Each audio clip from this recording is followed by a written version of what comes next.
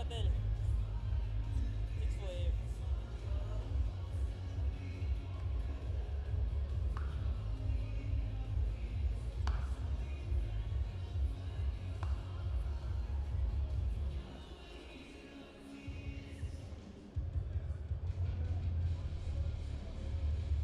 Ano mo nagsasana? What's happened?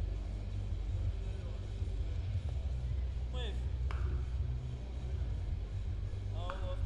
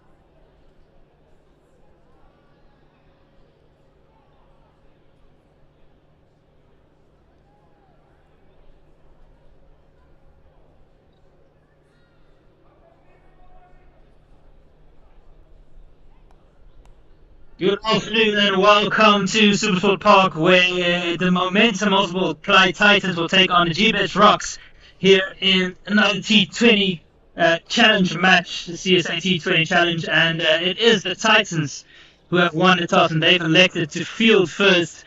And first up, it looks like it's Keegan Peterson and Clyde Fortane.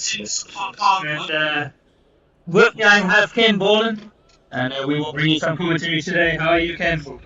Hello, Rasmus. Great to be here. Good evening, listeners. Yeah, very big game for both sides. Titans are currently in fifth place in the standings at 17 points. They're 600 with the Bronx and the G-Best Rocks. The game is Titans. G-Best Rocks get through. They are playing one year recent Titans.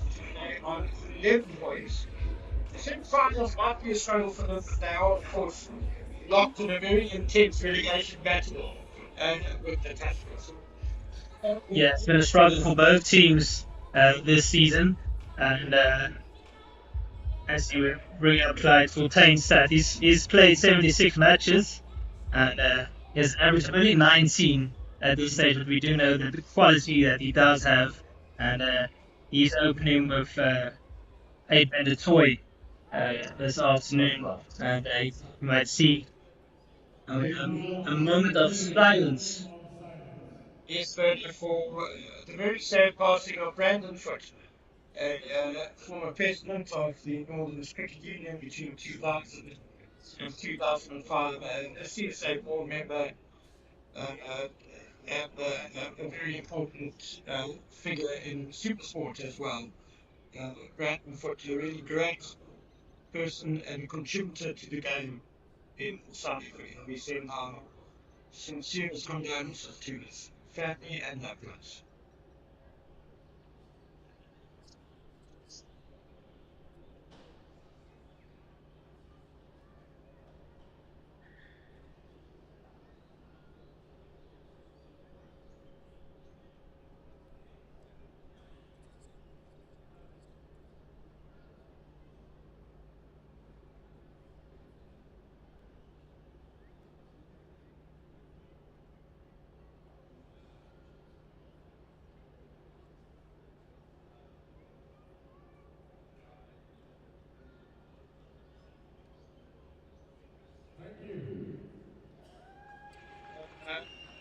Just a couple of changes to both these teams. One change for the Dolphins, the Titans rather. Their last game was a loss to the Dolphins down in Durban, and they brought in fast bowler Junior Darlow for Evan Baptista, the spinner who has been the Titans captain in this campaign.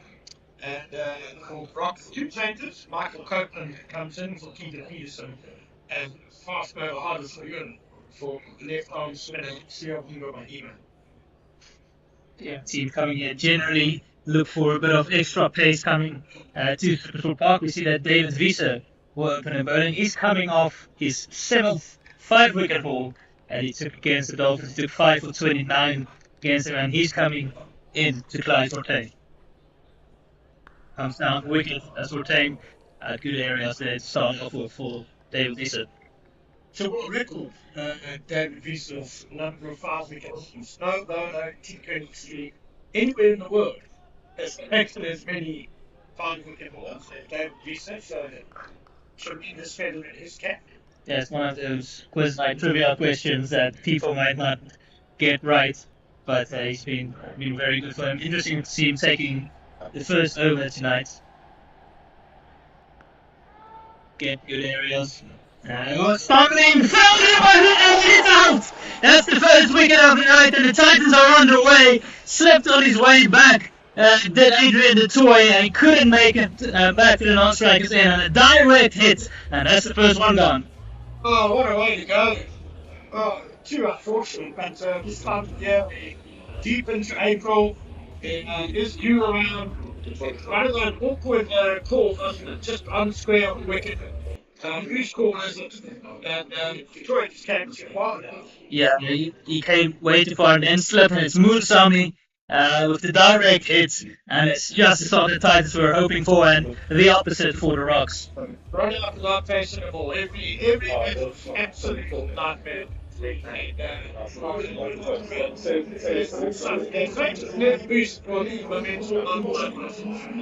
there's the early boost, and a surprise, it is Sean Von Berg coming in at number 3 tonight, and he has been batting well this season, but this is a bold move from the Rocks. Short from there, get a good flight. And, I don't want to say it's wicked respectable, but the sort of early theory of pension was a guy who didn't mind too much if he got out fairly quickly as long as he hit a couple of boundaries. Takes the bottom edge, runs off third man, and Shamsi will do the tying up, but they scamper back for the second runs. Good running there by Captain Gleitfontein. The titles change. Not often that you drop your captain off for a game, and notwithstanding that it's a tough place to bowl, especially that quite generally. But Magisa has always been the tanker. Who they bowled around, but the bowl just 2.4 overs per game this season. Yeah, I think guided well behind points. Again, running the first one hard, but Shamsi will cut it off in time. He's only taken 2 wickets in those 22 overs he's bowled. The economy's not bad, 7.59. So it's just interesting that it's no longer one of the first names on the team sheet.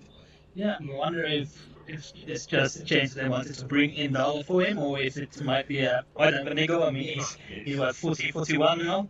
So, I mean, he's still a trooper and still very good, but age catches up to everyone. Yeah, interesting. Interesting selection for whatever the reason. They've been plugging away at that same area, not giving anything loose here in the opening over. Titans have not been able to take a lot of wickets in the last few matches, and that's really set them back. They've not been able to contain teams, and even if through a run out, they'll take it. I was going to ask you, Bernard, what did you value more in the first couple of hours of the power play? Accuracy and not conceding too many runs, or sort of sheer pace that may get you a couple of runs? That's the end of the first over. The Rocks are 3 for 1 after 1. And yeah, I guess you want wickets early. And well, it's coming in the form of a run out now.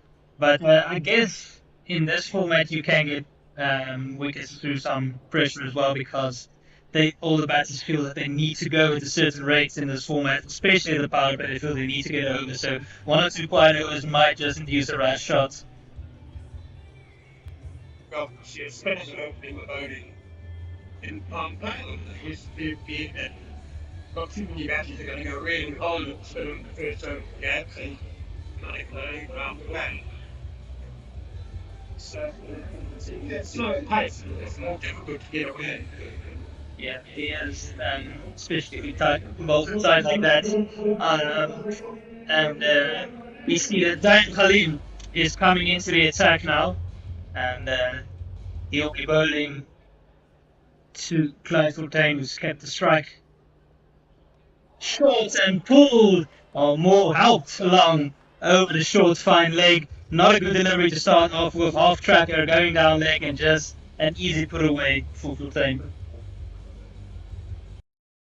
Yeah, picking up that the 5 was in the circle.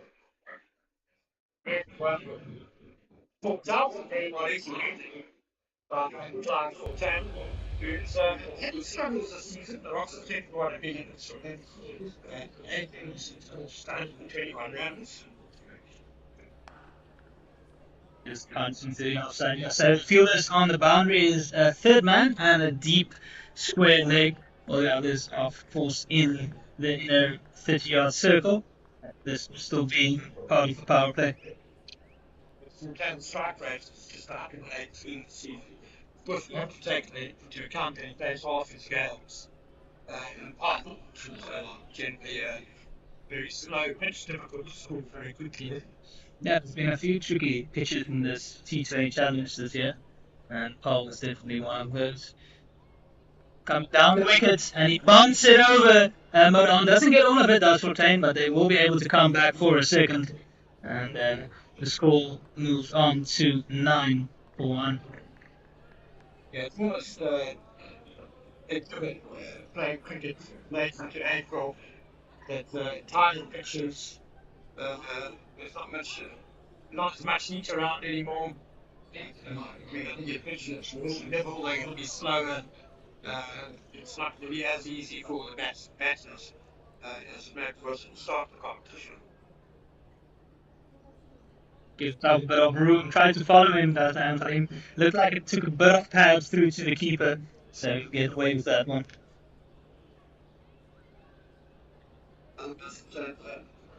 My only at Oxford Church in the last few messages of the sunsets over to our right. 9-4 times left side. It's not corner for me, but straight and long for us. With in the sky. Yes, pulled down significantly here in the Hyderabad in the last week. Good delivery, again punched into the outside, good fielding to his left hand side there from the cover fielder. Yeah. So it's on the field. Nice time as well by Clive Foot, and he'll be enjoying a bit of extra pace and carry in his pitch. Yeah, he'll definitely enjoy it, and just come back to a point I want to make about him. Again, 6 over the leg side, and again that man up in the inner circle has fine leg means it goes away to the boundary to end over number 2. And the Pole Rocks have, well, the Gbets Rocks I should say, have moved on to 13 for 1 at the end of 2. Jackson on the next side line, very comfortable bowling. Straight to the right.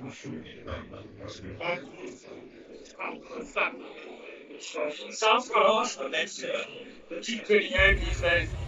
Yeah, it is a bit of a wait, but that's what you try and do in the power play. You try and take it over the top if you can. And yeah, Clive Fontaine was a replacement player in the SA20 for the Victoria Capitals in the first season, and so he trained a bit here at SuperSport Park. And of course, he likes the pace coming on, so he'll enjoy this tonight, and he'll want to make it count, especially as captain to lead from the front. And we see Ling Ingiri coming into the attack from the Hills River end. Funky drive from Sean van Berg, but he doesn't find the gap. It's a very important outing for Ingiri. He's played 3 matches so far in the tournament on his contact commentary of Proteas, or even to top form batsmen. Only taken 1 wicket for this conceded 11.29 runs per over so far in the cup game, so it's doing a good showing. Gives himself room and again wikes over the leg side as Sean van Berg. 1 bounce to the boundary for 4.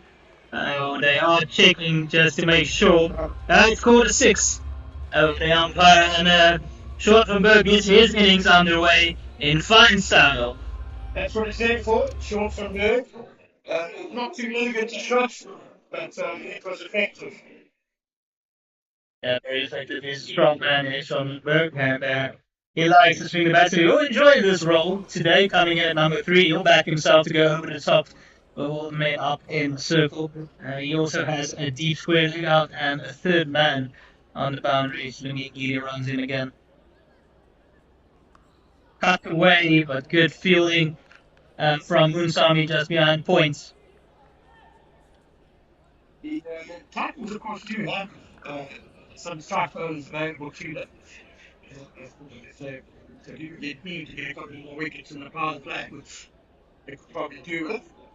Duke Downer, of course, Corbin Washer both have a lot of pace. But to make sense, yeah, I guess it's a strike bowler, but very seldom bowls in the power play.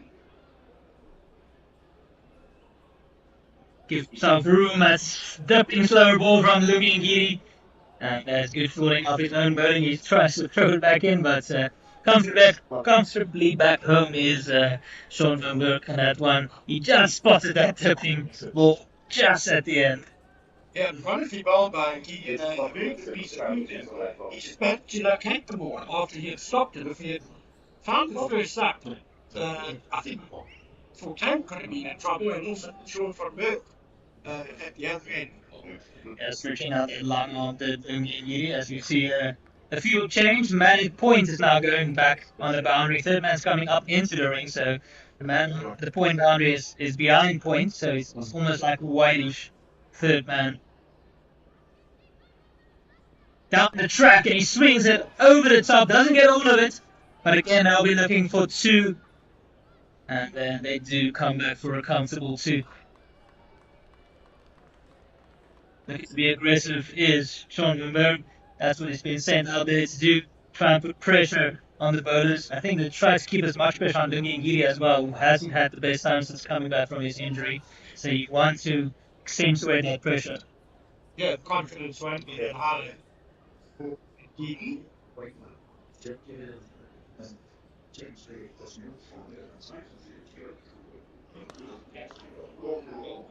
Got a good hand on it at Lungi Ngidi, and will be a dot to finish over number 3, and the Gbets Rocks have moved on to 21 for 1.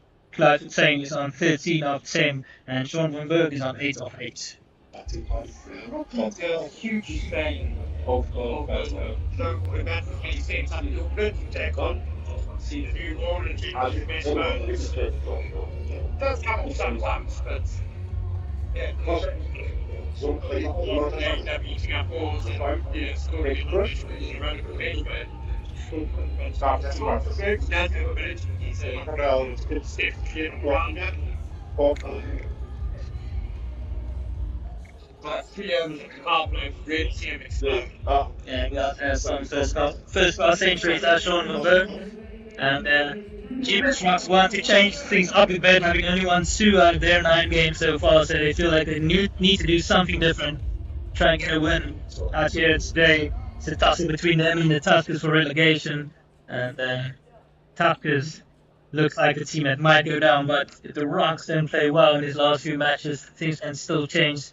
Junior Dama into the attack now, and he is Clive Fortuin facing up. He goes for a big swing, he's going towards third man all the way over the boundary for 6. That is a good, healthy edge.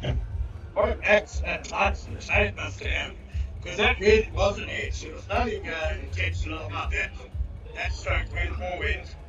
But the pace that Junior Dama has got, that's sort of a long way over the boundary. Yeah, looking to whip it to the next side, that's Clive Fortuin, but it comes almost out of the middle of the edge, if you can call it like that.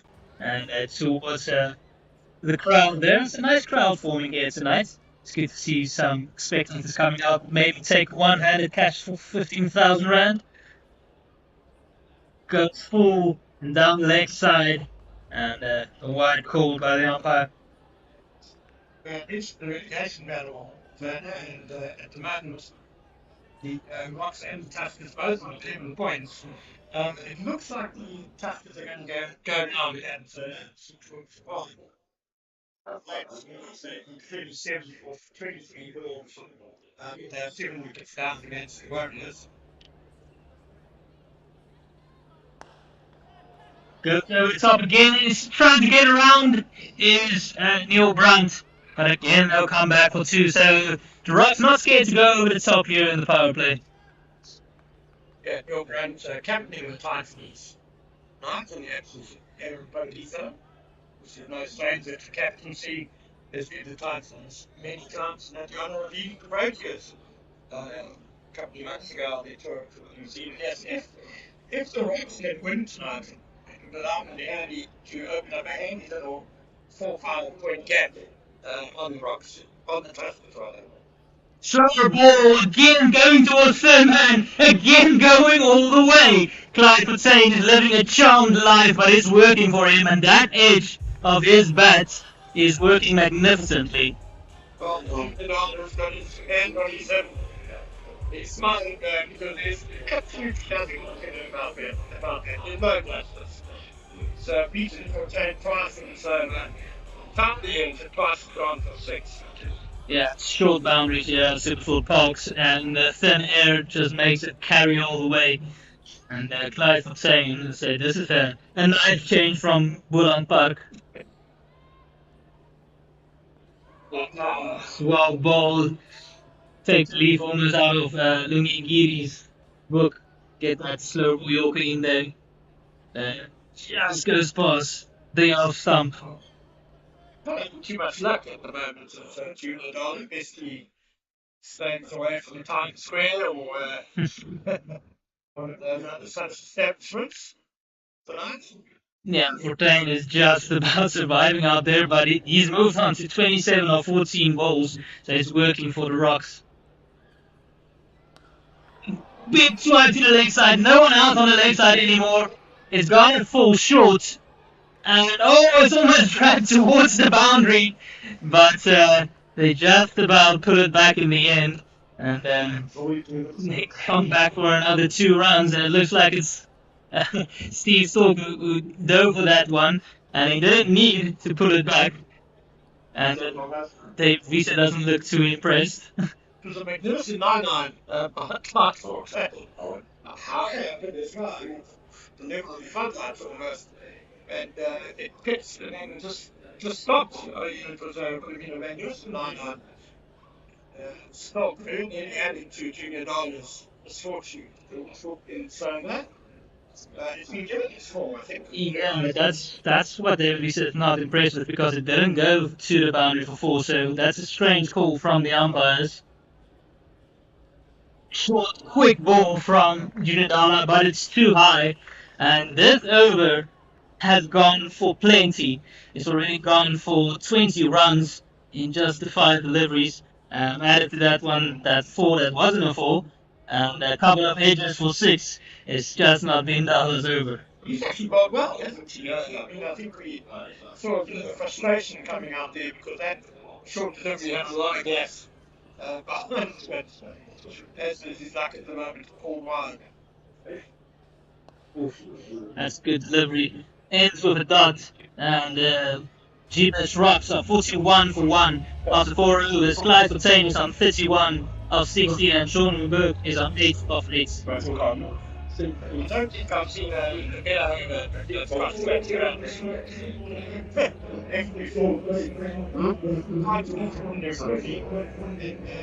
In Rob Sings to match by the titles. They try running the place. 6 balls in excellent direction from Calvary Sanchez to a slip to a full short from Bill seems to not mentioning his colleague. Clive Fortuyn was right on back. But now it's a healthy start for Gbets Rocks. Let's see if David Visa will unleash a bit of his frustration here in this over. He bowled a good tidy first over, and he's ready to bowl to Sean Burke. He's not looking to hold back. Comes down. His former teammate tries to go over the top. He is unable to do that. And Murdoch running around. Captain Neil Brown takes the catch. And the promotion for Sean Burke is not really paying off as he goes for 8 of 9. Well, he took that drive. Yeah, they've gone down quick.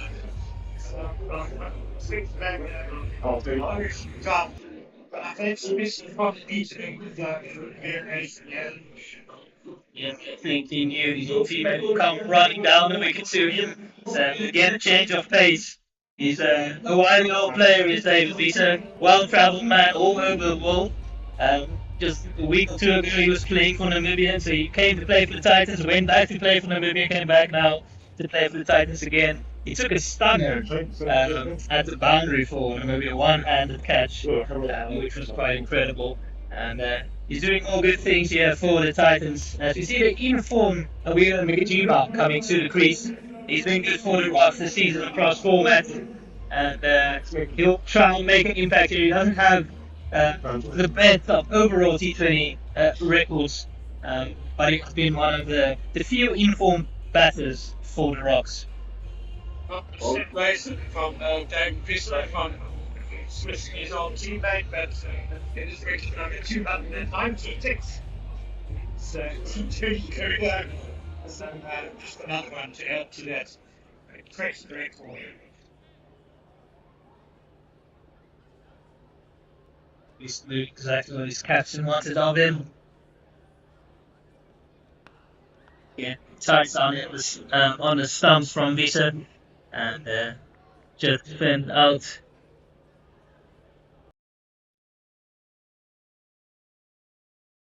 Was good partnership though by Clyde Fontaine and Sean Lundberg. Clyde Fontaine doing the heavy lifting and using his edge very effectively as well. That's good for the captain trying to lead from the front here, opening the batting. Oh. Little bit angle down leg side, but he gets away with it as Visa. McGee still needs to decrease. The last ball of Julian Darling's people saying there was a hit to almost a leading edge back to the bowler, and the same on that occasion. So one is about to pitch a little bit sticky up or might be holding up a bit. There has been a bit of rain around, so it might have been under covers for a while. Oh, that's a good slow ball, beats him. Oh, aims up, does David Visa. It's not really variations there with this, but I suppose what's most impressive is that he can land in the right place. Very consistent, accurate bowler. Yeah, he is very accurate and also very good with the bat, very destructive. David Visa is the reason why he's sought after from so many teams across the world. South the wickets this Kojima, but again, Visa putting his length back, not giving him any room to swing those arms. Yeah, back to kind of normal pace. Bit of a heavy ball. What a nice call on here for the Titans, bringing him into the competition and bringing all his experience, and hopefully the youngsters are learning from him as well. Short and bottom edge into the stumps, and that's 2 in the over for David Visa, and that's a double wicket maiden. And that follows his previous match where he took 3 in 1 over, so David Visa is really going well. He's taken 2 wickets for only 3 runs in his 2 overs, and Mikajima, he goes back for a 5-ball duck. The team are getting frustrated. Full got balls, couldn't get us one, signs of hard play. They'll pick on him to do something, and Visa just previous delivery, but so just the perfect length that it's too full for a human to try and pull, and it came back into it as well, and all he could do was one measure into the stuff. So wonderful over by David Visa. Is up from 41 for 3 of 5 overs. Yeah, 2 wickets in that over was wonderful for the Titans, and this is much better for them today. A lot of it started, they say if you take 3 wickets in a power play, you have about an 80% chance of going on and winning the match. Of course, one of those wickets in this case, Sean Lundberg, so we'll take it with a pinch of salt, and the Titans still have a long way to go. And we've seen teams come back from poor starts in this tournament already. Then Corbin Bosch will come into the attack for his first foul of the evening.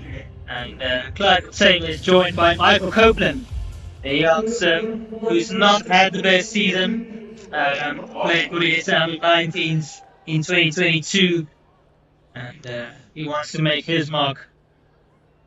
Back length, and it goes past the outside edge of Clyde Fontaine, and some of them are going past the edge. Those that take the edge are going for 6 right now, so Clyde Fontaine will hope that that continues and he finds a few balls out of the middle.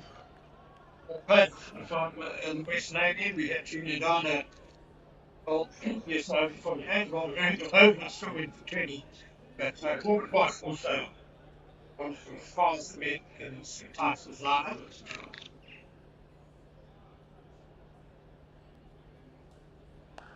Yeah, the deck bowler is Corbin Bosch. He generally looks for that back of length deliveries, not try to float up too many, and he does have the pace In the past, he's been a bit inconsistent, but he's been a lot better with the ball in this competition. Yeah, the economy rate is already decent, 7.16 this season. Which for a strike bowler for an up and up break is very, very good.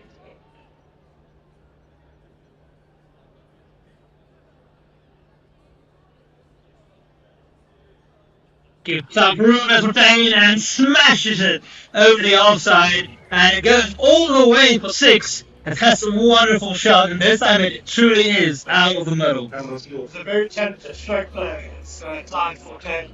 And it was all on display here. Wonderful shots straight up the middle of the net.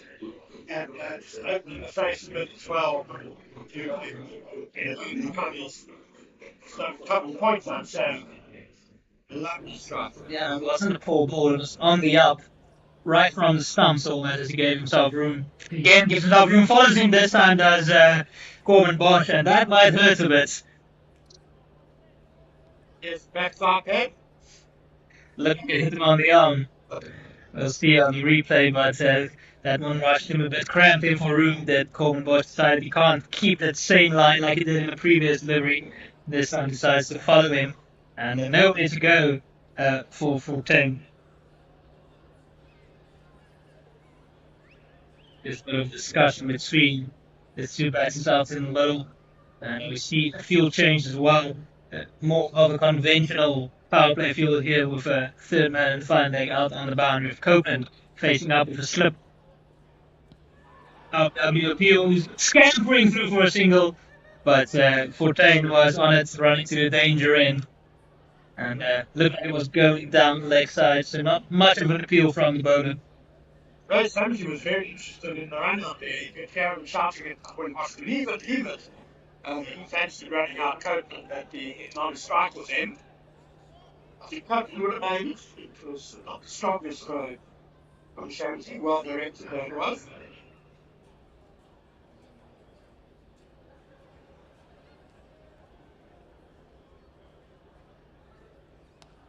Pulled all the way, and the man at deep square leg just about adjusts well. Steve Stork almost overran it, but he gets it in those big hands, throws it back in, and that's the end of the power play. And the Gbets Rocks have moved on to 50 for 3. 38 moves in a good start for Luke, but we haven't been the run rate, but I think we can start maybe a little bit more to the two. Yeah, it's been all Clyde Fortin for the Gbets Rocks, and you see on the scorecard, Schwarzenberg, he made 8. 8 swivels, run out, outfaced the ball, and Ujima, he got stage 1, so they released it back into the sums of the 4 dot balls. And we do see that spin will come into the attack, and it looks like it's the captain Neil Brunt doing the duties himself. Very seldom involved in power play these days. Neil Brunt will be turning the ball away from 2 right-handers. Stop ball. Yeah, right. Deep cover and the long one and the long in place. Up. Sorry, it's not good. Yeah. Now the power play, so he has long off, sweeper on the offside, a deep and wicket and a deep square leg. He plays plenty of fielders on the boundary, especially on the leg side. Walking around across, trying to go for a big hit, that's Clive Fortin, doesn't get all of it. The man at the boundary settles there, goes just over him, and it looks like it's Clive Fortin's night tonight. Just too well struck by the Rocks captain. Sloxy on the top edge and middle of the bat. During the night, it was a very good field. Just couldn't fight the line all that one back. Yeah, he felt he was in play there all the way just until the last minute. That high foul there, it carries just over. Game is not really straight to the man. That was a good catch there from Seth McCanya, plucking it out of the area above his head. Gets both hands to it. An important wicket here of captain Clive Fortin as he goes 45 of 24. Well, it's like eventually ran out there. That's one of the best structures. Good, nice, great catch by Seth McCanya. Leaping next cover. And that's a big blow. The man starts the rock start, and the 5% for cricket. Yeah, important wicket there for the Titans as Rocks are just starting to get going, or Fontaine, I should say, was really getting going well. That means that two new batters are in at the crease, and so Rocks will have to rebuild. And his first Adams coming to the wickets. Quite decent track for Skylanders. Yeah, but I think wanted to be coming in. I wanted to be coming in third year, the 7th over. So he's got a long time to bat. Go.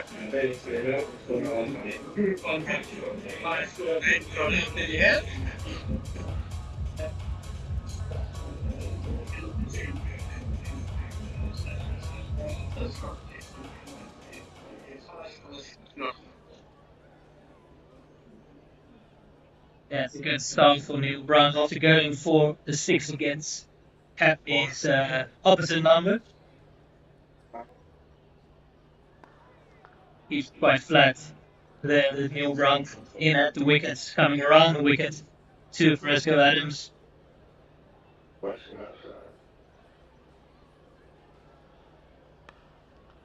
That's punch out to the sweeper fielder who's running around and slings it in to the Andre Victoria's. Thus, Steve Stork has had a lot of work on the boundary in the last few matches. The youngsters, yeah. Get the youngsters on the fence. The good old through-but around from your run. Big flip shot straight to the man. No, he comes in off the boundary. And that's a mistake from Junior Dalla. If he was on the fence, on the rope, he probably would have taken that one. And again, the Highfield foul. Everybody should be well aware of it by this time. He's been playing a lot of cricket here for the Titans. And so if he had stayed back on the rope, I feel that would have been a second catch of the match. But as it is, it's 6 for Michael Copeland to get his innings underway. The Gbets Rocks of 63 for 4 at the end of 7 overs.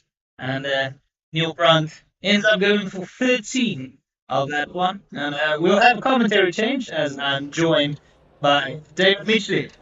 Hey, good evening, Werner. It's been the night of luck in some ways for the Gbets Rocks, but Titans taking their opportunities when there comes to look at that shot again.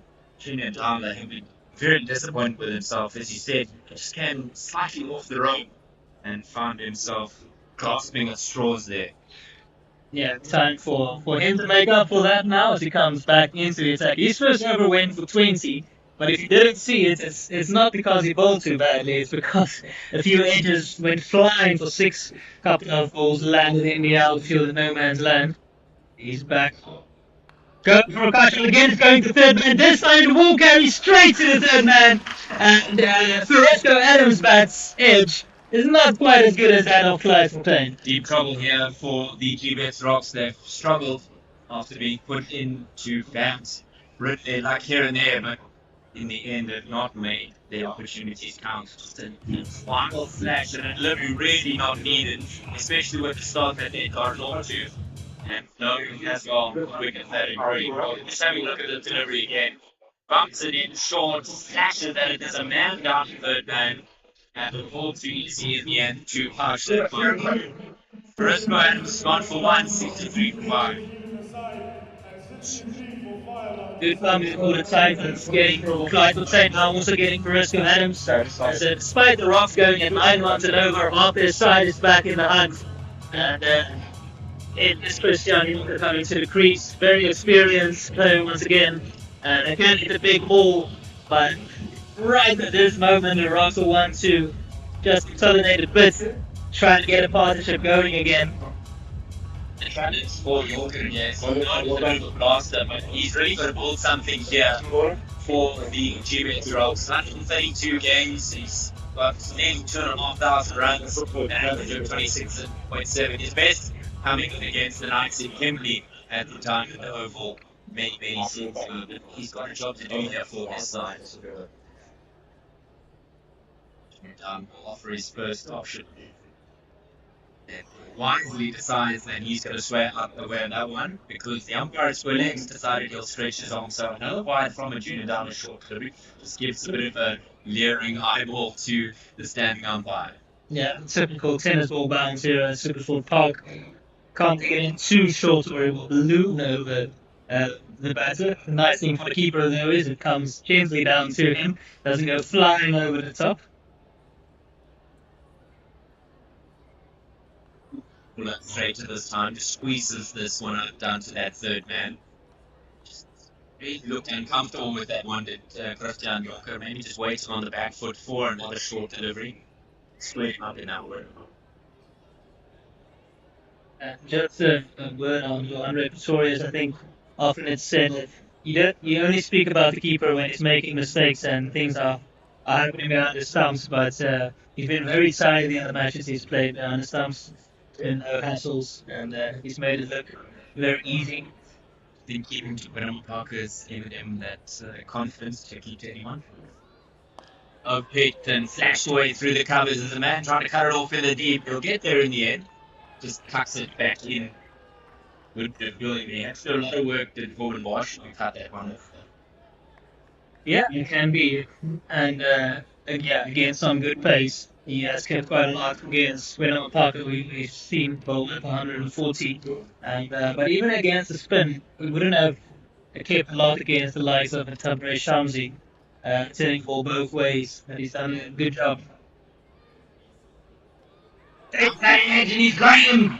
Just wafted at that one. Another short delivery pays dividend for Junior Dala.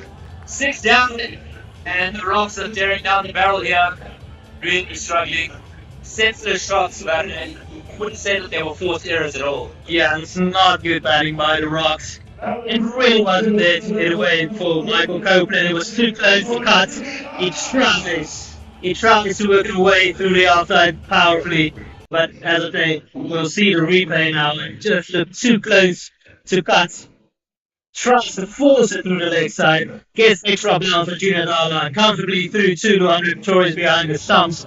And Rocks are facing an uphill battle now at 7 for 6. They do have Anders Weir coming to the crease, who's also very capable with the bat, but these two might be the last two that can really put up a significant partnership for the Rocks, so they need to buckle down now.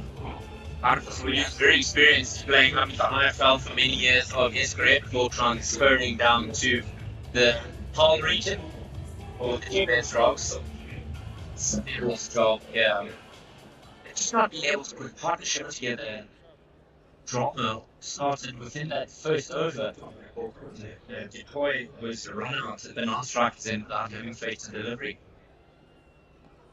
Tucks this away onto the outside, gets 2 very timely in the end.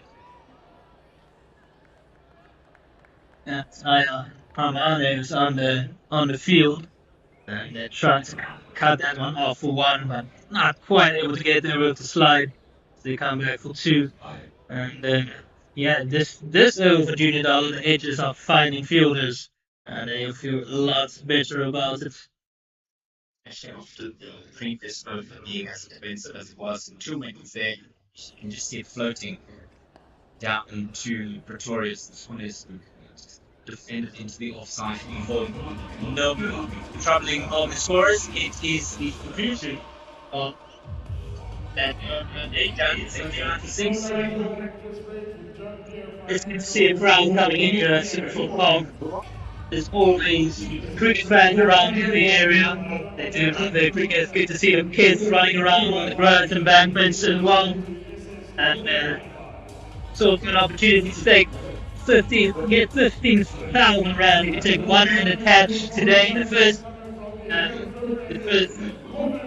crowd to take it.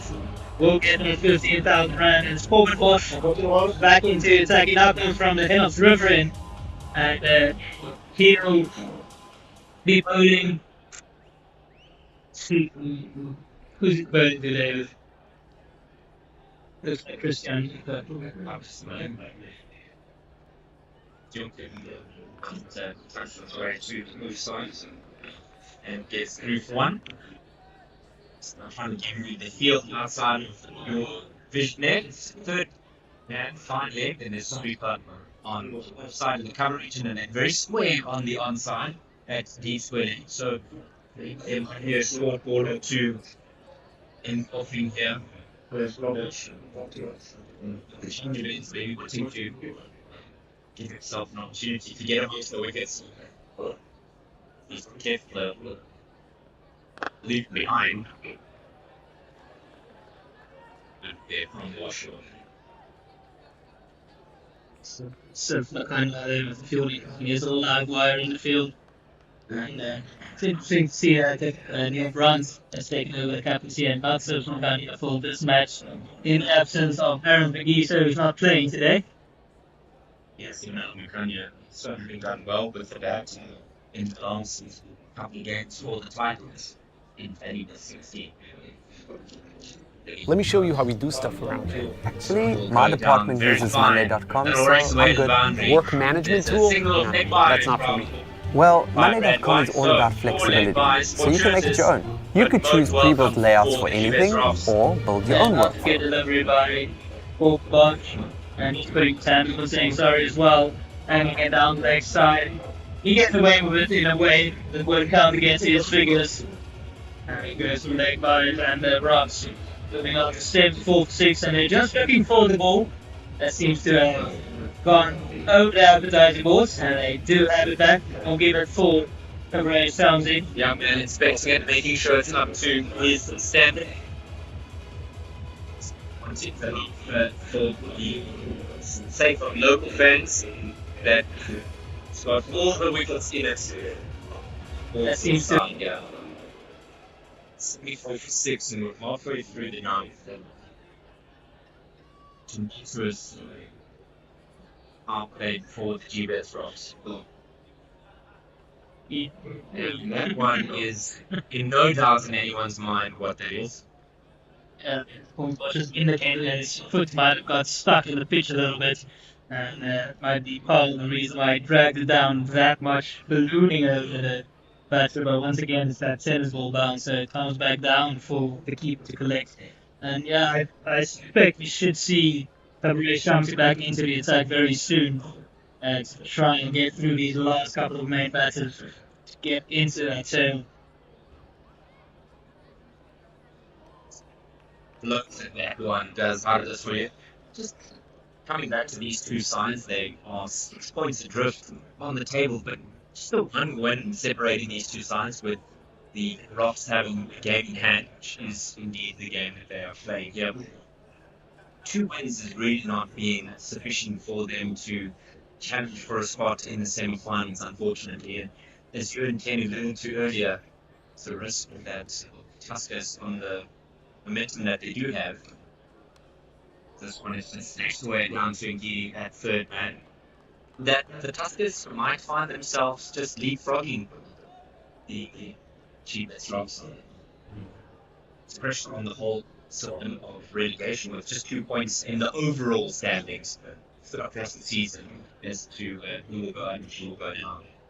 Yeah, as things stand now, it looks like it will be the Tuskers, but it's not the type of battle you want to have when you're in Division 1. Tuskers wins protection out there in the deep, that by the youngster Steve Stock. Actually, another youngster with his teammate Notorious getting the opportunity and accounting for what he has been offering in terms of talent at that under 19 level. Can always be a jump when you go from under 19s to professionals, and at the end of 9 it's 78 for 6. Yeah, Steve Storm has found it all that easy so far in these few matches that he's played. He's looked decent in one of them, the last match against the Tuskers here at SuperSport Park, he made 22. But it's not been that easy going for him thus far. But he'll want to make his mark. He started to come here at number 3 today instead of opening, when some potentially opening with Victoria. It is Fabrice Shamsi back into the attack for the first time, I should say. But you call it, it's exactly what Neil Brunt has responded to Fabrice Shamsi so well mid-season within white ball cricket, and then looking at SSI, they struggled a little bit this season. Immediately welcomes to the party, just hoiks up and over the top. Welcome for him, 4 runs. Yeah, he really invited that shot, the Shamsi, flirting at one full outside the off stump, asking out between to go over him. He does well as he played with the googly there, as well as turning away from him.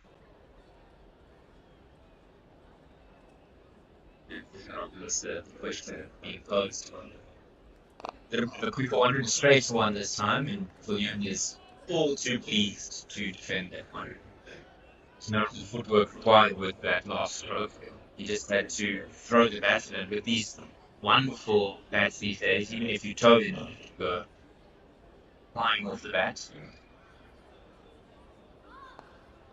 Starts this down to long on, and they'll trot to the other end for a second, asking for a second, but they're thinking better against it. Shamsi has a long on, long off, and deep, and we get a deep squaring and a man sweeping on the offside. Two fielders behind, point in the ring, try and cut off any singles in that area. Shamsi begins quite a long run for spinner. He wants to make sure that he gets his rhythm and momentum going in the right direction. You'll see the longer levers when they are blowing on this. Bouncy as your horseman is he's playing. Completely bamboozled him. The next thing delivery and he's fine. Yeah, quicker and flat this time from Shamsi as he brings out his huge telephone and he makes his call saying, "I've got the wicket," and it was right through Krishna Jungar, tripped on the crease, and it takes the off stump. Not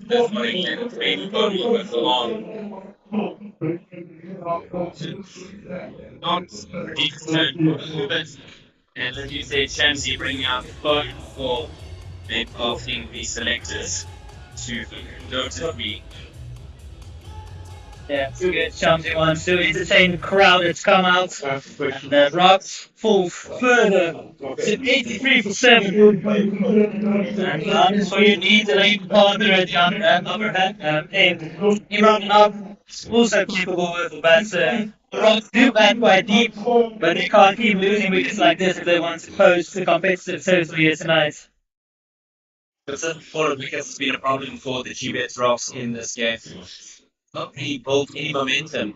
Stopped. When you have that starting not being with the bat, can't really build any pressure on your opposition. You almost feel like you're trying to fight for your life as opposed to making the impact in the game.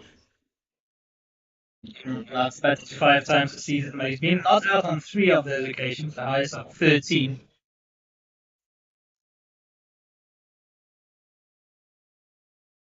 Works his way to the onside. Looks like he's going for that second one. He ran very hard, but happy to return the strike. So, 10 done, halfway through the innings, and it's 84 for 7. Right, Knox, one of the taller spinners going around. Yeah, look again at that wicket from Shamsi. Just trapped on the crease is Krishna Jungar, not really going anywhere, and beaten on the inside edge. Throws there from the home fans and thanking them. Sky Moose. Right, so. They're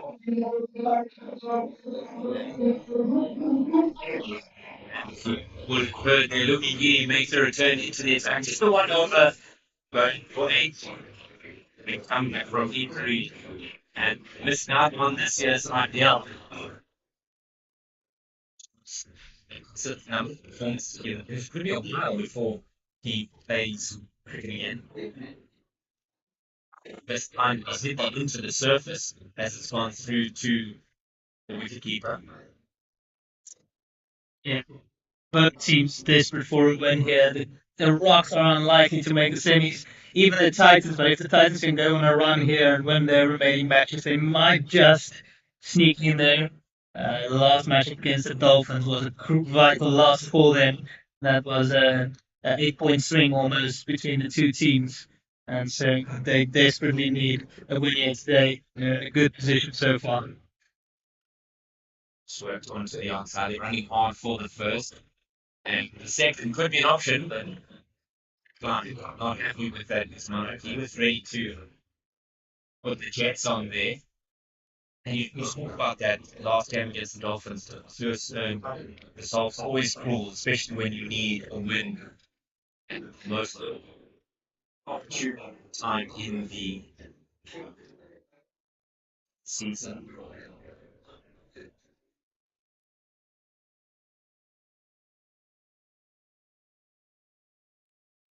Off this one, I'm trying to go and run a ball. These two sides have won twice each. Their 4 games that they've played head to head. So yeah, a mixed bag for both sides. The Titans have won and lost a few close matches this season. They lost against the Warriors the first time by 2 runs, and then they lost against the Lions by 1 run. Then they also tied against the Western Province, and another close one against the Dolphins. Tucked away to the back foot there, squaring the wicket. 7 for 7. A few of those matches could have gone either way, and the campaign might have looked a little bit different, but this are still in with a chance playing tonight here against the Rocks. And then on Sunday, they have the Tuskers, who they will want to take the revenge against, having lost against them last Sunday for what was technically the Tuskers' home match. Extra width, yeah, snatched away. There's a man coming in. He's going to take it comfortably. Lovely bit of bowling from Gee. And he hits the Titans off. Oh, just looked like he wasn't so quite sure about that, or maybe lost it in the line. Is the end wicket holding.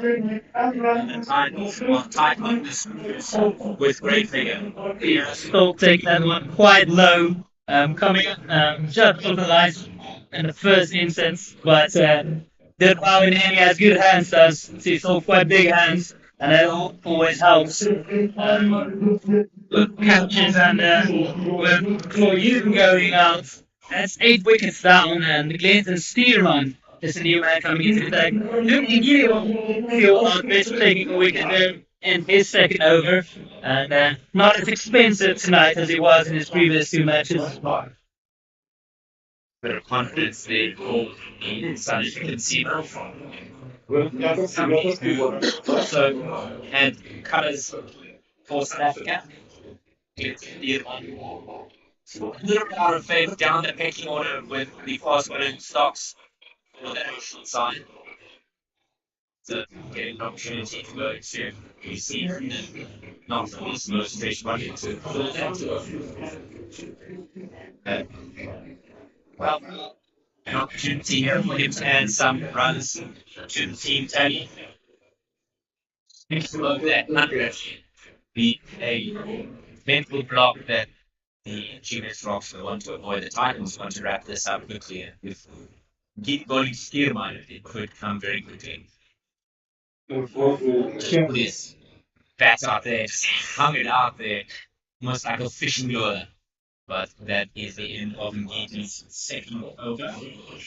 So with Innings, and the end is 87-8. Yeah, just feeling for that one is Glenton Steerman trying to get back on ball. He's only back once. We see the replay there. The ball tipping on, see if somebody gets nice and low to take it comfortably in the end. And yeah, so Glenton's only batted for 1 time this season. He's made 3 not out. You have to do a bit more batting here today. There's still 9 overs to go for this innings, and Rock desperately wants to bat out the overs. Chelsea to continue with 6 runs in his first over. Just adjusting his field, asking the wicket field become a little bit square. Looked up and driven away through the offside. There is protection there. Only designed themselves to a single. Yeah, and I think he wants to take on Junior Dar. He probably has the best arm in the country when it comes to throwing balls in from the boundary. That's rocket arm. And did one now having to face up rather to left arm and wrist spinner. Have his tail up here. Fancy the chances against number 10. Was well outside the line, and that's why nobody's really paying much attention. But who's asking the crowd that maybe hopeful rather than exciting. Yeah, opportunity for Shamsi to sneak in another wicket or two here against the tail. Yeah, it's on the board.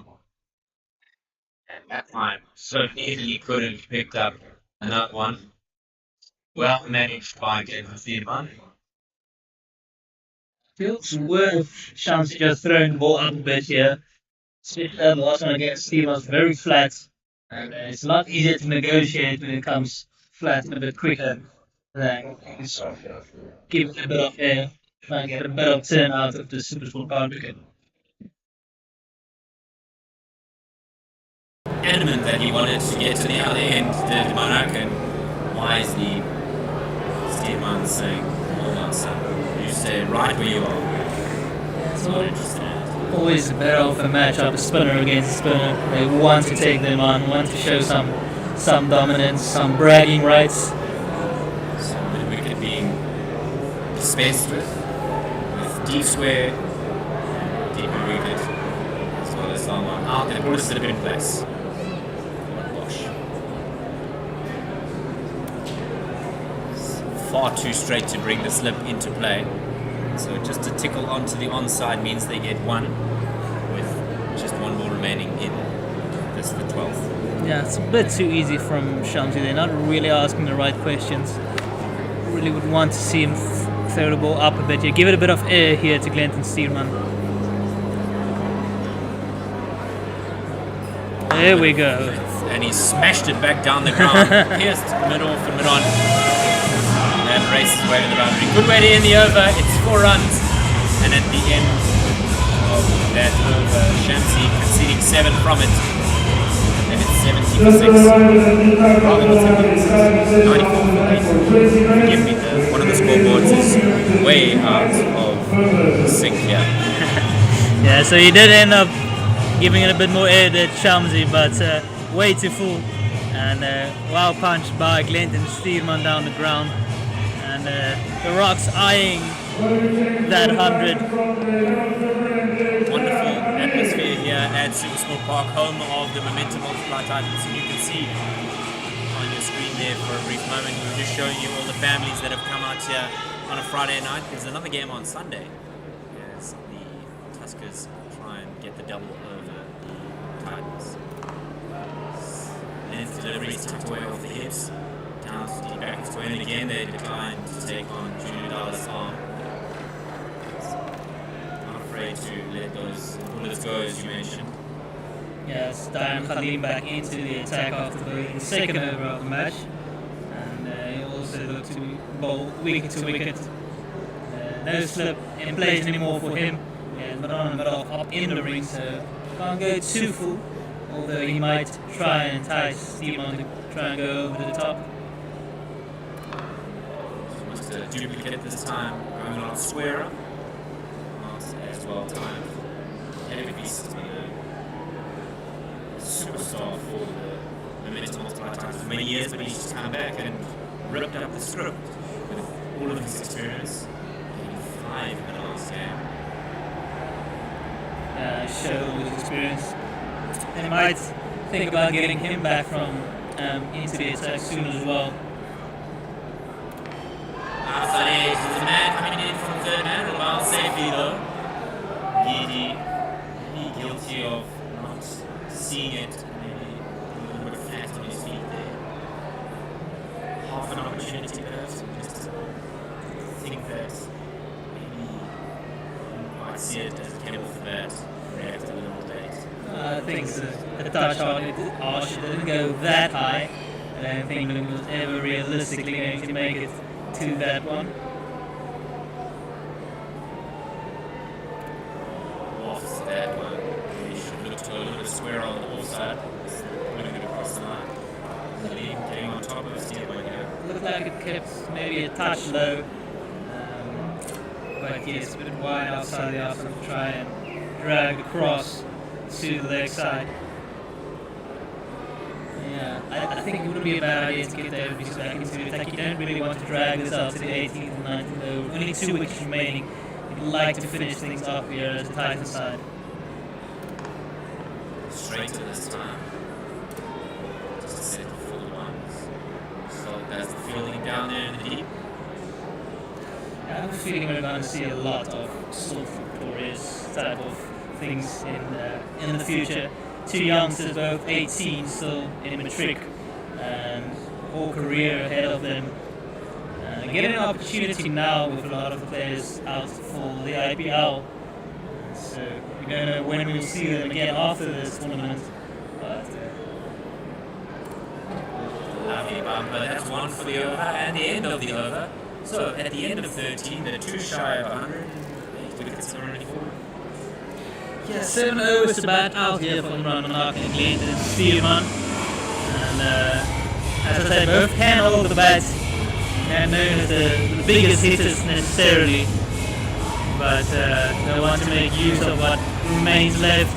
Try and get themselves to something they feel that they might be able to defend. The Titans haven't been the best themselves with the bats this season, so they might just send a few just through if they can get to a 130 or 140 maybe, and get some early wickets, you never know.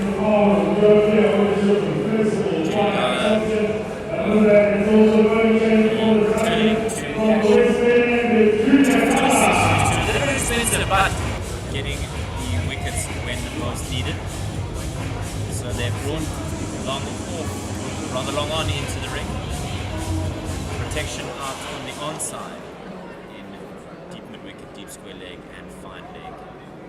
So this be shortish. It's exactly that.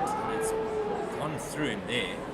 Tried to tuck that off his hips onto the onside. Let's steer one. Didn't get anything from it. Yeah, he's hanging back. He knows it will probably be short deliveries coming towards him. Back off the length and bounces as the aim of the game. Dala just gets a majority of his wickets through the short deliveries and extra pace and was rushing the batters.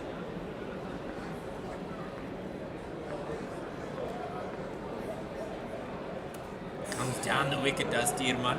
He fancies himself, trying to upset the length of Junidala. Again, not able to connect. Yeah, it might be worth a double bluff here from Junior Dala to go full and straight at the stumps. With Glenn Seaman looking to be quite attacking. He isn't somebody who's just going to block the ball out there, despite the amount of overs that's left. He backs himself to hit boundaries. Dala in again here. 2 shortish deliveries. Similar type length, straighter this time, and Steerman's able to guide this away onto the onside. There's a shy at the non-striker's end, but at the striker's end rather, but he's home safely in the end. Yeah, it's a good throw there from Steve Stalkin to the keeper, but it's good running. Scampering back quickly. And brings up the 100 for the Rocks. 5 4s and 6 6s, but with 8 wickets down already, hopefully they can get over that mental block. It's a lot closer than may have been apparent. Punches this away square on the offside and will get 1 for it. So 101 to them. Manak on 7, Steerman on 10, and partnership 14. First real partnership that the Titans haven't been apparent as effectively as they have comparatively. It punches this away square on the offside and will get 1 for it. Titans won't be too upset with the partnership. And as you mentioned, they'll try to snuff this out a lot quicker than has become the case. So one ball remaining in the 14th. There'll be a commentary change at the end of this over. I'm going to be joined by Ken Borland. Take over from Werner Erasmus. 102 for 8 now. 3 runs in the over. It's been very tidy for Junior Dala thus far. Despite being expensive the previous 2. That one will be ducked away and the umpire will give it a wide, so Werner gets a bonus ball on comms. Junior Dala doesn't look too impressed with that. Quite a late call there from the square leg umpire. And Junior Dala's not quite finished with his over. Gives me another opportunity. And we see the crowd really enjoying themselves on the grass embankments. The children running around, playing with different types of balls as well. Some rugby balls and cricket balls in the area. It's worked away onto the onside. They're going to run hard here for the first. Think about the second, but Steerman has slipped at the non-striker's end, and that means his opportunity to make 2 is snuffed out. And at the end of 14, it's 104 for 8 as we make our sort of musical chairs change here in the commentary box. I've got Ken Borland alongside me, and Ken, this foray with the bat for the Rocks is almost indicative of how their season has gone.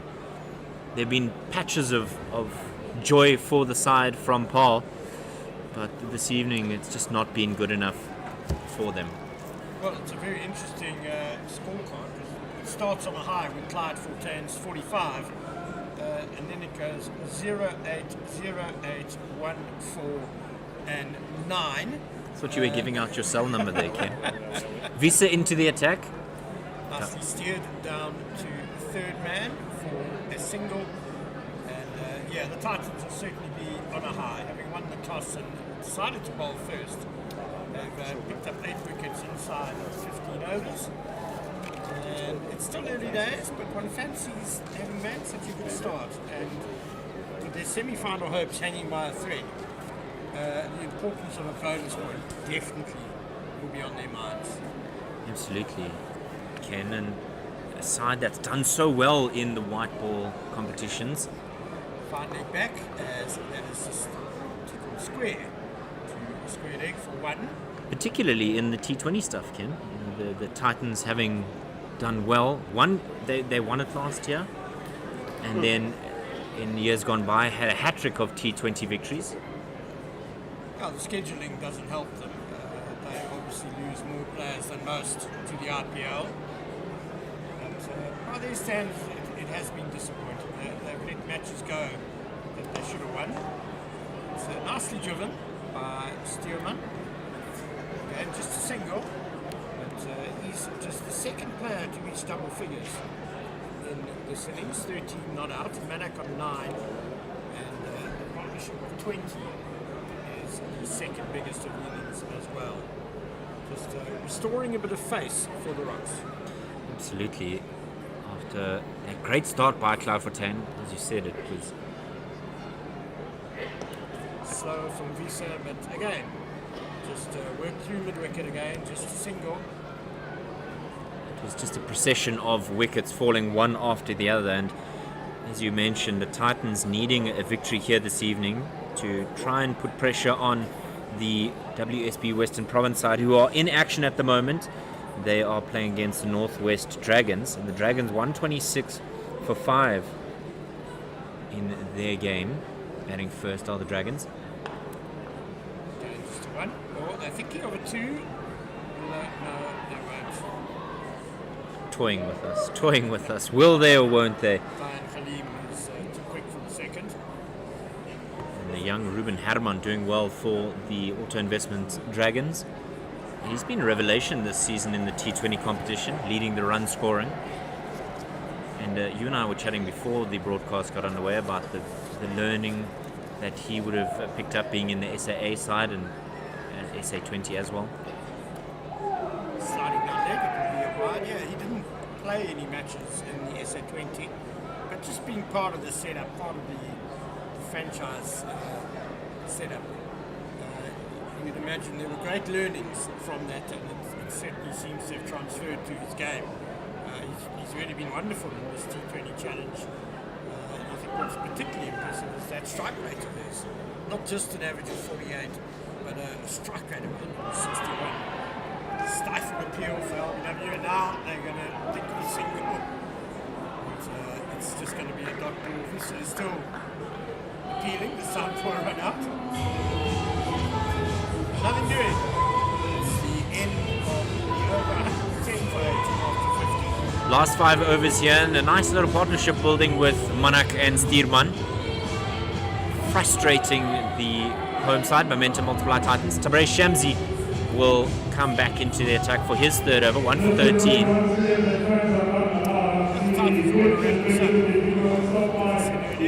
Very much on their minds, and to get a bonus point, you've got to chase down whatever the target is in 16 overs.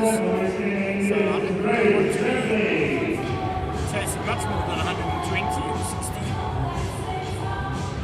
16. A solitary wicket for Tabrei Shamsi coming after he bowled Christian Jonker. Just playing down the wrong line, and Tabrei Shamsi looking like, although he was warming up, looking like he was having a bit of a dance with the in-stadium music. Always enjoys himself out there, Shamsi. Here he comes. 2-leg side, and he's got away with not conceding a boundary. It has been called wide, but that really should have been 4. Given a bit of a gift there was Clinton Stierman, not able to capitalise. Could be forgiven, batting at number 10, and it's Nelson.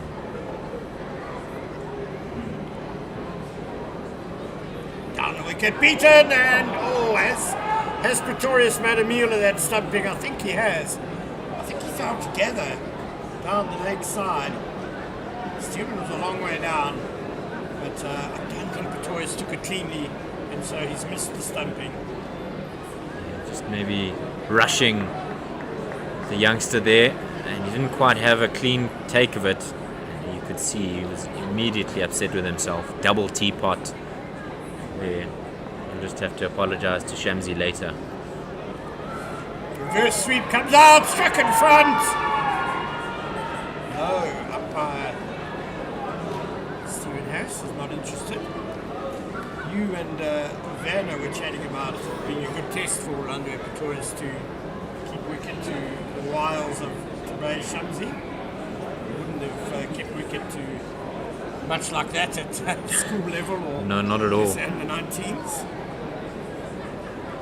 It's a good learning experience for the youngster. You've got to be able to do both as a wicketkeeper batsman. Tickled to the short fine leg, who misfields, but it's always going to be a single. It's something I think we've seen a lot of in domestic cricket globally, Ken, is you have somebody who's brilliant with the bat in hand but struggles with the gloves, or vice versa. Does well with the gloves but can't quite string batting performances together. And finding that balance is very difficult. It's a bit of line from Tabrei Shamsi. At T20 level, there's of course a temptation to play a batting keeper, if you know what I mean, someone who's more of a batter than a keeper, because it's only 20 overs, generally good batting decks, not too taxing on the wicket keeping. He worked to the long on for a single, but there are occasions, and one thinks especially in the IPL when you get turning decks, a lot of spin. You need someone very tidy with the gloves. And especially, Ken, with the margin for error so narrow in T20 cricket, things can change so quickly, and a stumping like that could have changed the game. Going down leg, not that Pretorius is kept badly at all. No, not at all. Everyone misses stumpings now and again, especially if you not really au fait the work of a left-arm spinner. Tricky take down the leg side. The ball would have been hidden by the batter for a while. But it's the end of a tidy over from Tabrei Shamsi. 16 gone, 113 feet. smattering of a crowd here in the stands. Most of the fans are on the grass embankment here. Always lovely for the families to come out here and enjoy their time at SuperSport Park. It's one of the better crowds we've had.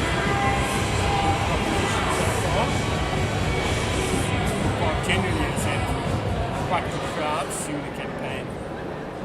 The Titans will want to repay them as Corbin Bosch comes in from the head observatory. Swing and a miss. Back of a length and run Manak. Targeting the pool, but couldn't get any better on it. Bosch not yet among the wickets. Just him and Dayan Khalim not yet having picked up a stick this evening. They've both been economical, clubbing 14 runs in his 2 overs. Bosch has bowled 13 balls and conceded 13 runs. So you sense the Titans just want to finish this up now, get these last 2 wickets over and done with. Again, repeated the previous delivery. Maybe hoping for a false stroke. I just think it's a length that he's comfortable with Corbin Bosch. And he knows he's got the gas and he'll get the bounce. And it'll be a very good shot from Imran Manak if he can put it away for a boundary. There's a man out at deep mid-wicket, coming cow corner. There's a deep square leg as well, a fine leg. Just third man and a cover sweeper on the offside. Backing away and then looped over cover point for 1 to that cover sweeper. He just really opened the blade there, sliced it very square of the wicket, and young Stolk has been busy this evening down there on the boundary. Yeah, you've got to keep the youngsters busy. Boundary riders, Bosch doing the right thing there. So Manak giving himself room. Falling wide outside the off stump.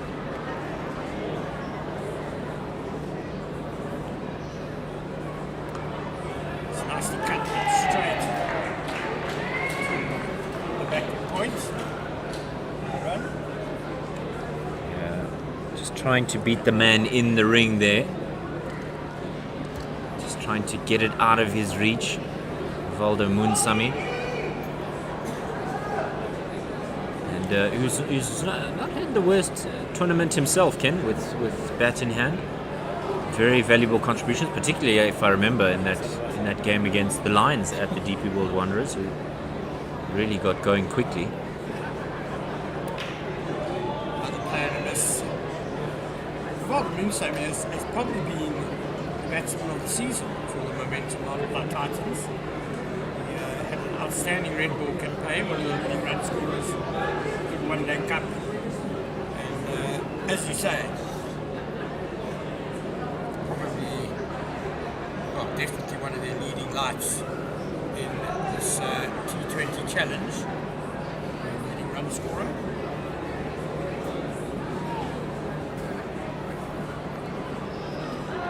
Again, giving himself lots of room from Stearman, but he was very unstable and balance.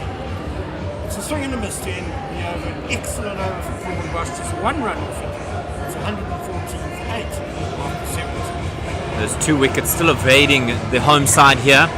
Gbets Rocks stifling any hope the momentum multiplied Titans had of wrapping things up very quickly. And after some early trouble, they've managed to get themselves a little bit, not in an ideal position, not in a position that they'll be comfortable with, but better off than where they were. At one point, the Rocks was 67 for 6 and then 87 for 8. And now with 114 for 8, it falls to the South African seam bowler Lungisani Ngiti to get done now. Finish up, as the skipper would probably be saying to him. Get it over and done with.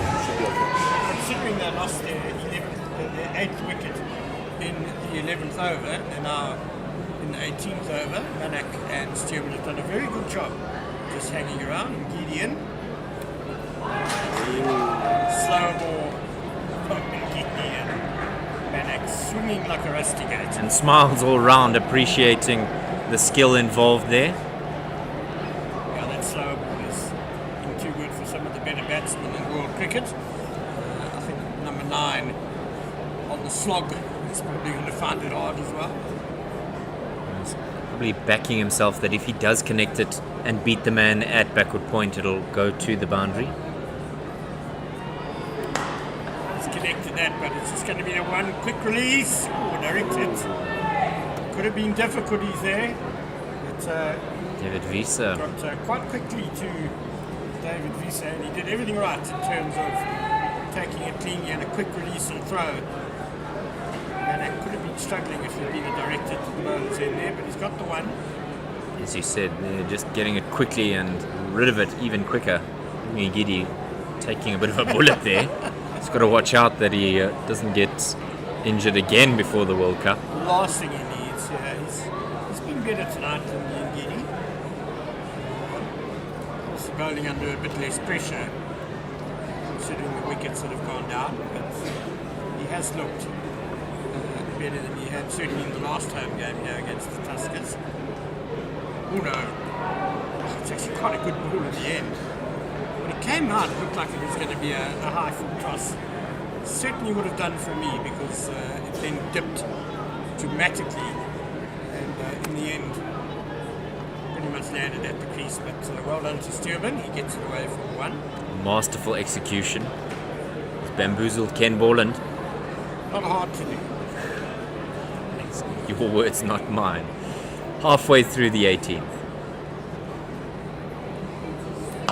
Short now from Ndidi and the forehand smash. Just bring a single. Marvelous sound off the bat, but it's that execution of the mixed bag that Lungisani Ngidi has that prevents a batter from really capitalizing on any pace he would give you. There isn't much pace on offer, and so frustrates you, and then you end up trying to heave away at a delivery, and that's often where he picks up his wickets, just frustrating batters with the licorice all sorts bag. Again, the slow ball, unfortunately it's a slid down leg, and also signal wide. They just do that. You just give them a nice little compliment, and then they say, well, got to remain humble here. Just, I suppose, the inevitability of commentators' curses. Wide of the innings. So a good bowling effort though by the Titans, led by David Wiese. Down the wicket, hit nice and straight, and that's a lovely blow by Anton Stearman. He'll get 4 runs. Good use of the feet, just chipped it there, almost looked like a Happy Gilmore type shot down the wicket, and lovely placement. Hammering it between the two men, and a smile on the face, I'm sure, to get that boundary, and also to upset Lungi Ngidi in his rhythm. He doesn't want to just be bowled at, does Clinton Stearman. Nicely controlled stroke by the number 10. Down the wicket again, and hits even better, maybe too well, yes! Straight to David Wiese, long on. He just got a bit too ambitious there with the boundary this evening. Done it again. Commentator compliments him, and he decides, no, that's not for me. So, great catch there by David Wiese. It came hard and flat at him.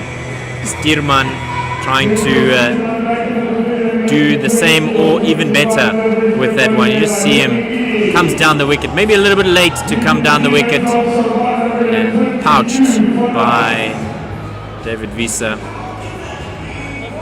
That's the end of the 9th wicket. Akona Mnyaka is the new man, 122 for 9. Face-saving watch with 35. All the 9th wicket between Manek and Stearman.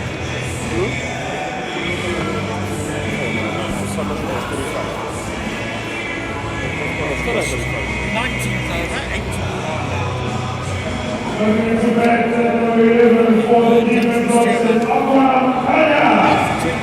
highest ever score. 20 cricket, so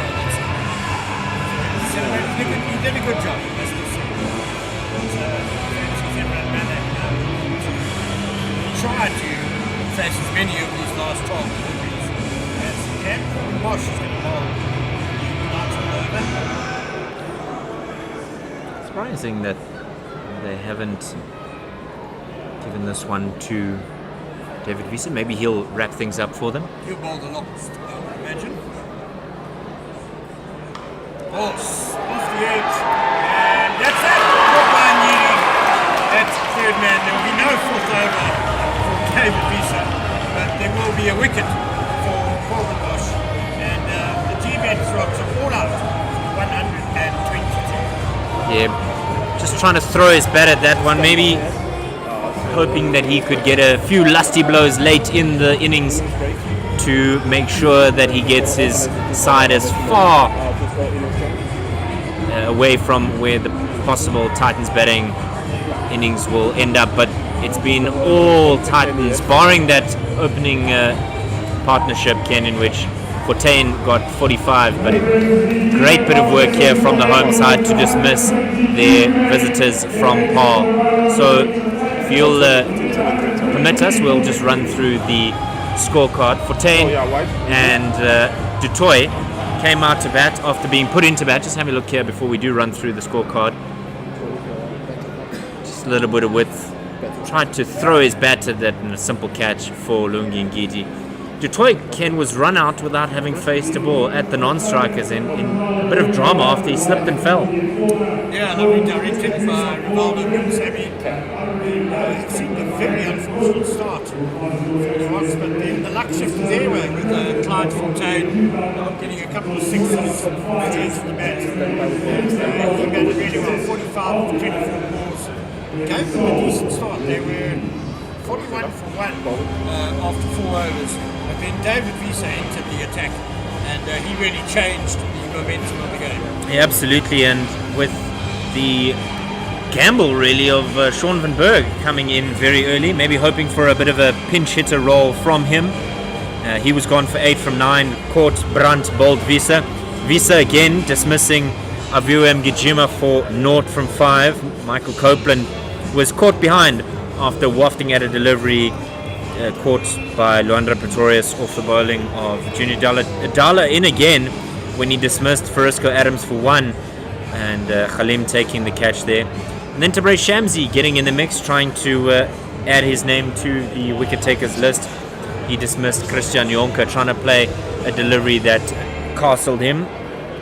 Hardus Viljoen, 9 from 11 when he was caught by Stolk in the deep, trying to play a cut stroke off of Lungi Ngidi.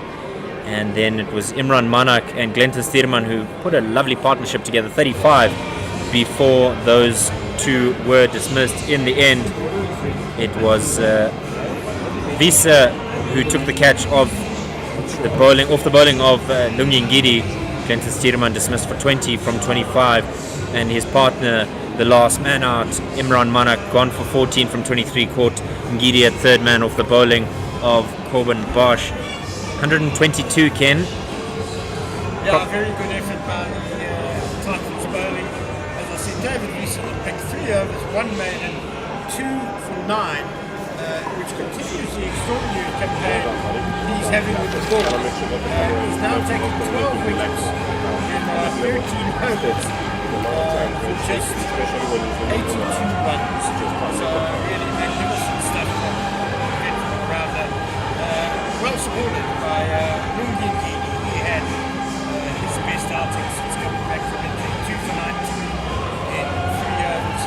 Tabrez Shamsi, 1 for 63, and Junior Dala conceded 32 runs in 3 overs, but took 2 wickets. And so 12 of those 32 runs were sixes, which came right off the edge. So he bowled better than those figures. Absolutely. So don't go very far. We'll be back with you as the home side look to wrap up this game, a crucial game for them, and we hope that you will stick around with us. Just keep us on in the background, and we'll be back with you just after the break, and hopefully the home side will be able to wrap things up quite quickly here to get a bonus point.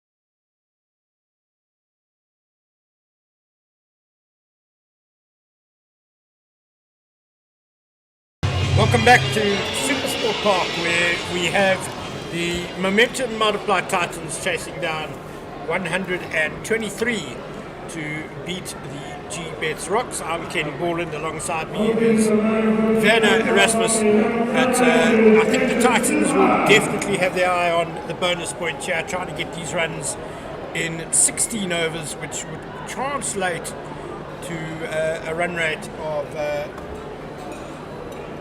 7.7 runs per over for the bonus point. Clinton Stearman opens up with a wide delivery to Alondre Pretorius. Yeah, the Titans might be eyeing it up, but they want a solid platform first. They haven't been the best with the bat in this competition, and they've lost clumps of wickets together. And they had a good partnership, Alondre Pretorius and Steve Stork, in the last match here, but today they've decided to change things up a bit. It's Rivaldo Moonsamy opening up with Alondre Pretorius, with Steve Stork set to come in at number 3. Yeah. Stearman with a slip, but that's too straight and tucked away for the first run. So you know how you I know. must say I'm surprised that Check your transmitter. Pretorius Stork opening partnership has been broken up. Yeah, Stork has not had the best of tournaments so far. He's played the 4 matches, high score of 22 in that match here against the Tuskers a couple of matches ago. Got out for 4 in the last match against the Dolphins on a tricky surface in King's Mead. Around over the wicket rather, to the right hander now, Stearman. And so, yeah, it is interesting decision, breaking up the two know each other so well as an opening partnership. But trying something different. Rivaldo Moonsamy has been the form batter for the Titans this season, and he likes to go after it in the power play. We've seen even if he's come in at 3 or 4, he likes to try and go over the top, and maybe they want to try and exploit that as much as they can. Well, there's never any lack of intent from Pretorius and Stork. Yeah. When they bat together, they put on 66 and 7 overs last time here, but no doubting Moonsamy's ability either. It's mistimed though off Jag with the inside half of the bat. Yeah, it is an interesting decision, but we'll see how it works out for the Titans. And bonus point victory is a possibility, but they'll first want to make sure they secure a victory here. There is another game going on at JB Marks Oval between the Northwest Dragons and Western Province, where Northwest Dragons have made 155 for 8 in their 20 overs, and we'll get back to that. It's going to be wide and plus top of the bat. So a half chance there for wicketkeeper Fortain, and Moonsamy gets off the mark with a slightly streaky bound. Yeah, it looks like it just took a bit of glove as we see the replay. Just a little bit of glove around the corner, and he gets that 4. So yeah, JB Marks Oval, the Western Province are chasing 156, and the Titans wouldn't mind if they lose, because that would keep them closer to that semi-final slot. But the Dragons wouldn't mind moving up on the table as well. Push the point for 1, running between the wickets, but not going to get 2 out of that. Yeah, that was interesting use of Reynald van Tonne today by the Dragons. They moved him down to number 5, and he came good for them. He made 39 knots out of 29 deliveries to help them post that 155. They'll try to defend it at home, and they'll have to go on a bit of a run themselves, as they are 6th in the table, just below the Titans, 2 points behind. And so it's an interesting tussle for that 4th slot almost for the semi-finals. Good tidy end to what has been a pretty good over by Clinton Stearman. 8 off it, but 7 off it rather, but there were 4 rather streaky runs down to the final leg boundary. Yeah, it was a bit streaky, and interesting to see how Alondre Pretorius goes today. I've been impressed with the way he doesn't look to overhit the ball. He's a very good timer of the ball. He does have the strength if he requires it, but oftentimes he doesn't look to overhit it and just punch it into the gaps, much like Quinton Akok does. throughout his career, though he does like to give it a good whack as well. But through the offside generally looks to just guide it, as we see that the Rocks are turning to spin early, and Imran Manak is very accustomed to bowling in the power play. Rivaldo Moonsamy will be on strike initially. The boundary fielders are at long on and cow corner. Darted in and Moonsamy as well, just to get a comfortable single out of that. Luando Pretorius on the strike. All the Rocks were brave and put a slip in. No, is the answer. Yeah, Manak doesn't tend to get a lot of turn. He's maintains quite a flat trajectory, likes to aim for the stumps, get some extra bounce with that extra height he has. Yeah, he's a typical white ball off spinner. It's a good start, bit of drift away, and then inside edge stuff fancy onto the pad of Pretorius. Yeah, Clive would say behind the stumps, maybe hoping it hit the pad first. Just squeeze it into his pad, did Pretorius.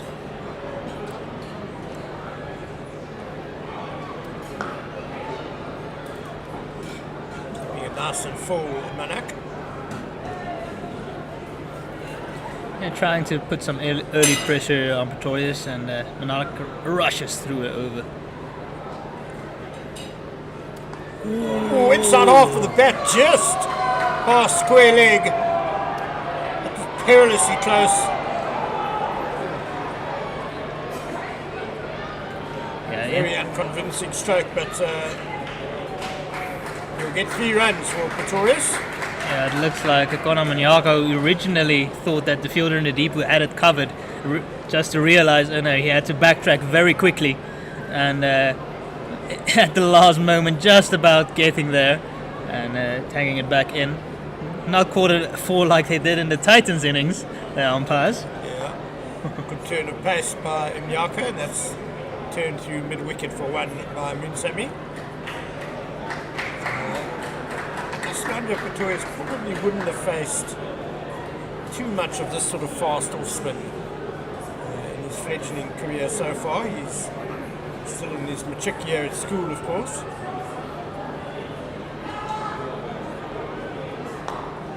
He's back the length Manak, and that's well bowled. Good over from him, just 5 off it. It's 12 without loss after 2 overs.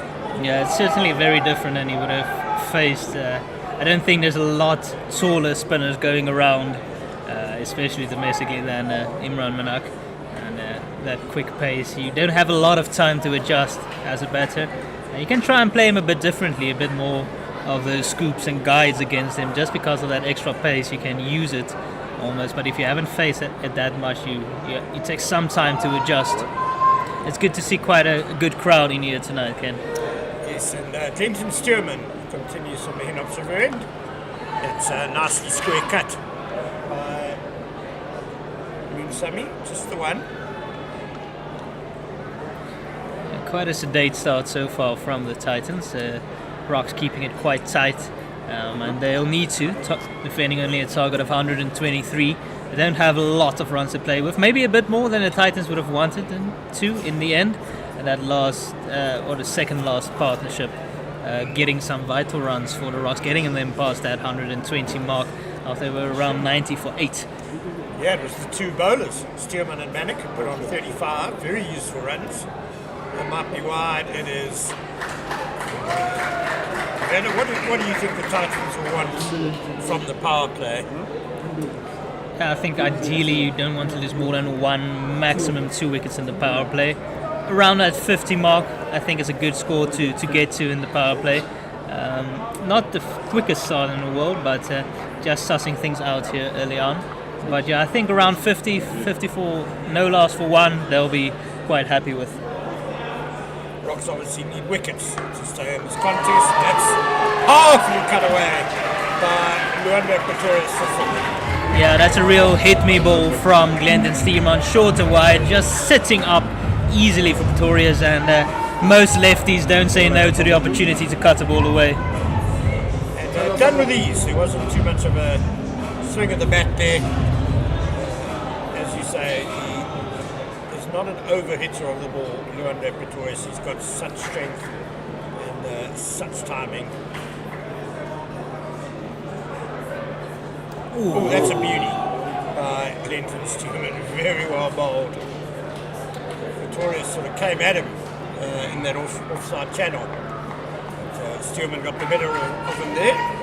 Yeah, that is much better from Glenton Stearman. And Leandro Pretorius, of course, was picked as a rookie for the Paul Royals in the SA20. He didn't get to play as he was part of the SA19 setup for the World Cup, but he'll play with quite a few of the players in the current Paul Rocks setup here today, who are also part of the Paul Royals. This time, Pretorius gets a lot of bat to it, but more defensive than anything else. Yeah, the SA20 bringing a lot of excitement to local cricket and playing with international players. I think the likes of Pretorius and Parker, who's now also at the IPL, will learn so much from those guys, and different conditions playing there at Boland Park will be a real have to adapt. This time Pretorius has managed to milk a single out of it.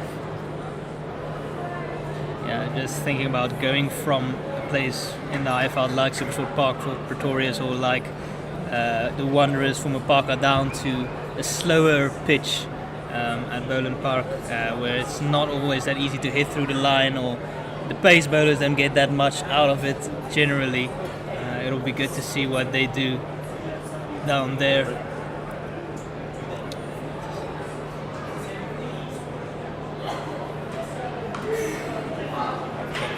Has not been connected properly by Moonsamy. End of the third over, 19 without loss. Yeah, Vanna, just to follow up on what you said about playing in different conditions. Well, the Titans youngsters would have had a bit of an eye-opener in their last game, playing in Kingsby. Struggled to 127 from 6 in their 20 overs, and that was a winning score. So certainly not easy batting conditions down in Kingsby. The Rocks are quite au fait with those sort of conditions as well. Pace and carry in this wicket as Manak continues. Oh, beautifully bowled. Beats Pretorius outside the off stump. Yeah, shuffling across his thumbs a bit was Leandro Pretorius, maybe looking for that sweep shot with that square leg fielder in the ring. But he's a tough guy to sweep, is Manak. There's a man on the cow corner boundary. That's straight down leg and well put away by Pretorius. Square leg dives in Yako, but he can't cut it off. And a welcome boundary for Leandro Pretorius. Yeah, he finds that gap I was talking about, just not with the sweep shot, just with a regular flick. It's well played by Pretorius. Head over the ball, playing it late to guide it past that man at square leg. With sweet timing. So that'll take a little bit of pressure off the young left-hander. You see Manak's got a towel in the back of his pants. I imagine there might be a bit of dew out there tonight. Oh, he struck in front, is he? No, umpire Harris says no. Did he get outside or stump there? I wonder with that angle, Manak's not getting a lot of turn. It might have slipped down the leg side. We'll see here on the replay. It was quite full from Manak. And maybe just drifting down leg side, but he is shuffling across a bit. It's Pretorius, who will have to be careful. Yeah, probably didn't quite do enough to convince the umpire, but a close shave. That's much too long off for one. Yeah, it's good to get Moonsamy back on strike, and Moonsamy has such lovely wrists. Natural player against spin, and all the fielders on the offside up in the ring for him as a long on and a mid wicket out for Manak.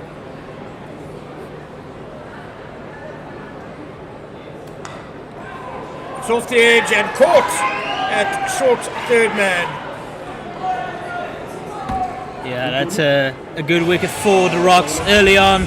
getting Munsami for only 8 of 9 deliveries, and that's the type of start they would have wanted. A few quiet overs here, and putting some pressure on the Titans. I talked in the last innings to David about you never know if he gets here at 120, 130, 140 type of score, and if you put some early pressure on and get a wicket, you might just cause a few flutters in that Titans lineup who haven't been firing on all cylinders. And so it's Steve Stork coming in at number 3 today, and he'll be facing up to Imran Manak. He got out against Prinland Subrayan in the last match with almost a fast Yorker, and when past the batter he was trying to come down the wicket. So a very similar type of bowler is Imran Manak, and so Stork will be aware of that. That one from Manak was a bit slower, and improved the undoing of Munsami going for the big lofted drive over the covers, and could only skew it to the short third man. So young SA under-19 duo are now together. First wicket down on 24, 1 ball left in the 4th over, and giving him Manak a second over has paid off for the Rocks. Yeah, Manak almost tempted Munsami there with all the fielders on the outside up, saying try and hit me over the top, and Munsami not able to do it on that occasion. And Steve Stork loves himself a sweep against the spinners, but he might have to be careful against Manak, but he does enjoy going for that sweep shot early on. As long as he gets pretty square, you'll be okay with the field setting. It's a nice straight drive to start from Stork. End of the over, 4 gone, 24 for 1. Yeah, that's a solid punch out of the middle of the bat. That will make him feel good. And the two youngsters now together again. And they enjoyed opening the batting together for the SA under-19s and had numerous impactful partnerships that put bowlers under pressure. And they still want to make a bit of a statement for the Titans. Pretorius has made his maiden 50 already. Stork hasn't had much success thus far, but another opportunity for him to see the Titans home almost here. If they can bat through this innings, they naturally bat at a good tempo, and so the Titans will want them to go on the long haul here.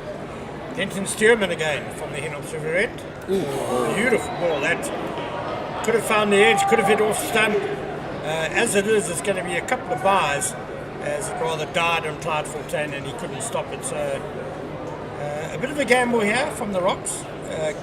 Denton Stearman bowling a 3rd over up front, but one does feel that they need wickets up front, and you want your best bowlers bowling the majority of these first 10 overs or so.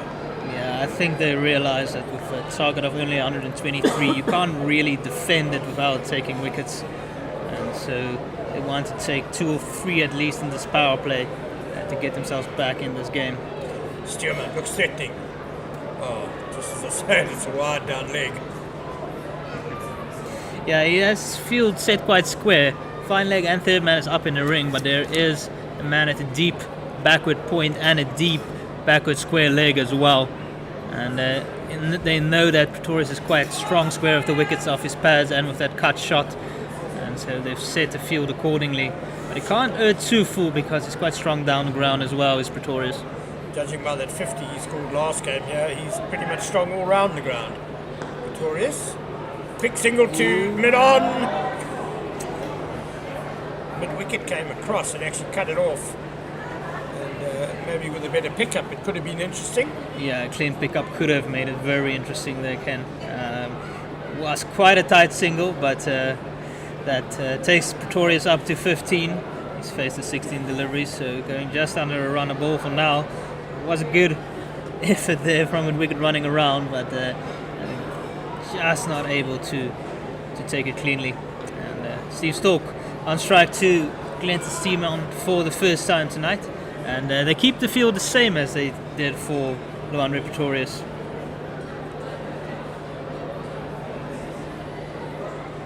Stork batting a little stump, and the big drive and a miss. Not too much foot movement. Yeah, in general I don't think Stork moves his feet that much. He quite relies on balance and hands mostly, and I guess batters differ. Some enjoy a solid technique, getting foot to the ball. Others like to keep it as minimal as possible. But quite feeling for that one outside the off stump was Stoke. The importance of footwork has probably gone a little bit out of fashion in the modern day game.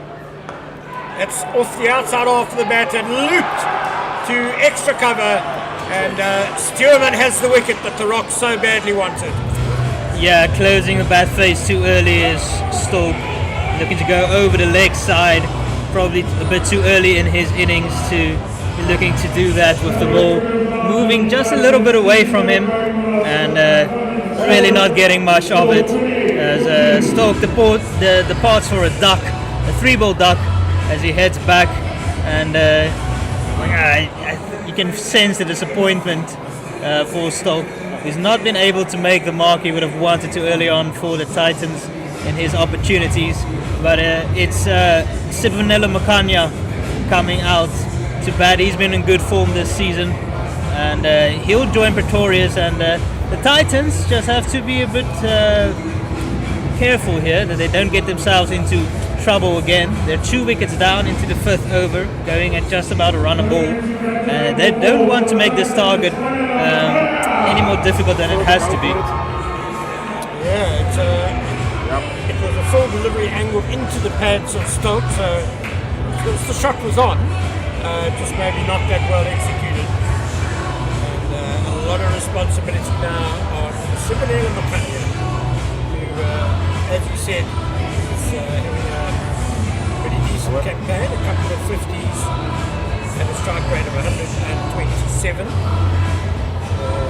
Would really like a quick fire 50 from him today, just to settle the nerves. 28 for 2.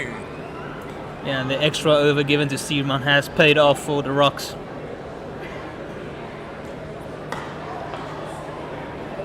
There's a bit of shape there as well for Clinton Stuurman.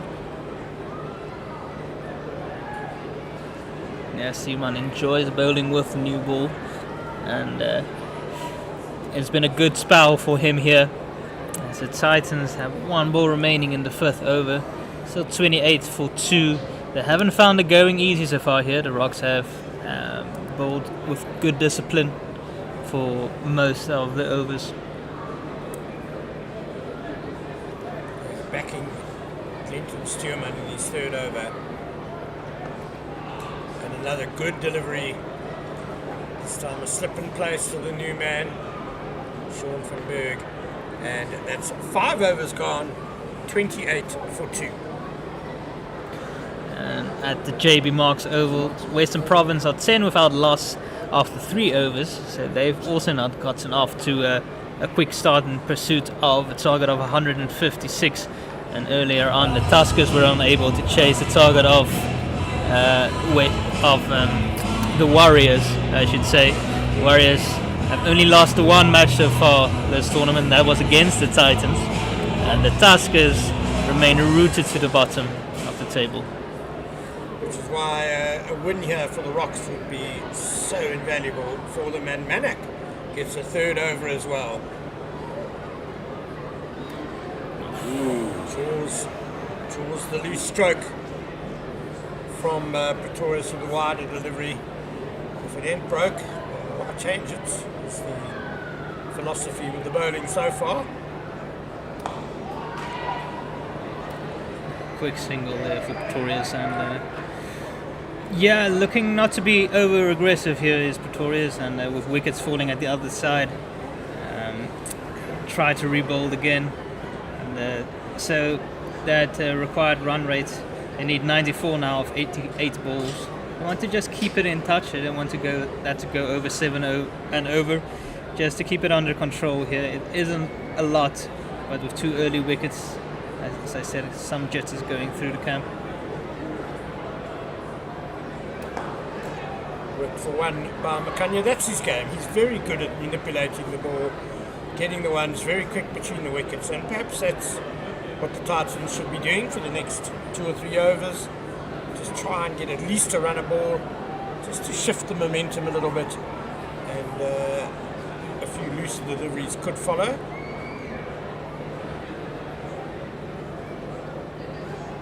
down the pitch hit hard, and very well too by Luandre Pretorius, and that's a good boundary by the youngster. Yeah, good showing of intent there from Pretorius coming down the wicket. Also not an easy thing to do against Manak, who likes to push it through quite quickly. But he waited until the last moment, didn't premeditate it, and the bowler didn't see him coming. Yeah, it wasn't a charge down the wicket, it was just a couple of steps, and very well played.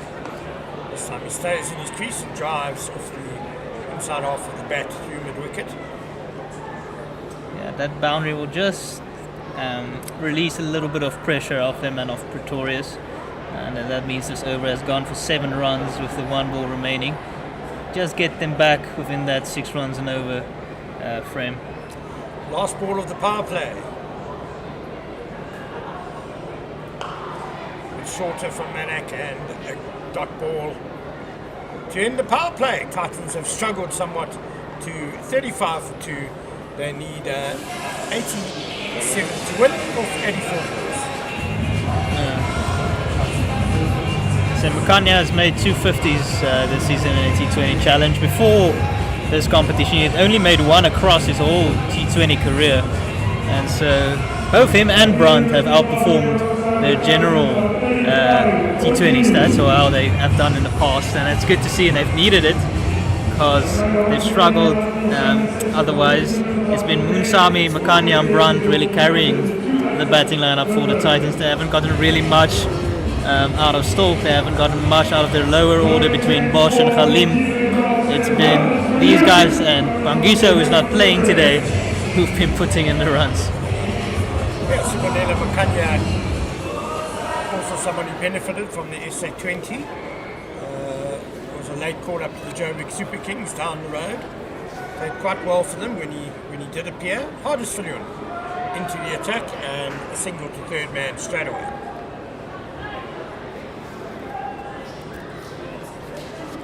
Hardest Viljoen bringing the pace in this attack. Veteran fast bowler. He has a deep square leg, a fine leg, third man, deep cover on the boundary. It's a good looking drive from Makanya. Late set off by Pretorius, but no alarms. They get the one easily. Yeah, for Yunus played quite a lot of T20 cricket, and in the T20 challenge itself, he's taken 83 wickets at an economy rate of 7.51, which is quite good. He has a best of 3 for 12 as Huddersfield comes around the wicket now to Luandre Pretorius. Little shuffle onto off stump and then punch firmly but straight to the fielder. 7 wickets this season for Huddersfield. The average is good, 18.4. Economy rate 8.89. He probably would want to bring that down a little bit, but he is used as a kind of strike bowler. They don't mind him conceding a few more runs as long as he gets wickets.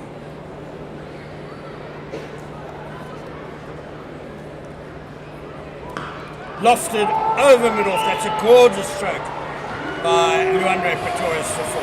And that is beautifully played. I think the difference between this shot and the shot that Stork played is the straightness of the bat here from Pretorius. Stork almost closed his wrists early on the ball. Pretorius has kept the bat face open all the way through and just lifted it. Wonderfully played. Yeah, lovely full face of the bat from Luandre Pretorius. And again, as you said, Werner, not trying to overhit it.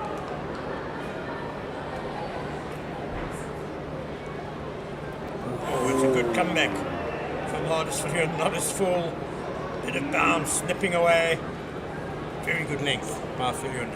Yeah, that is a very good length coming around the wicket. It's not an easy angle for the left-hander to deal with once the bowler starts getting it to just move away a touch, and it's almost natural for Viljoen with that type of action he has to get that ball to nip away.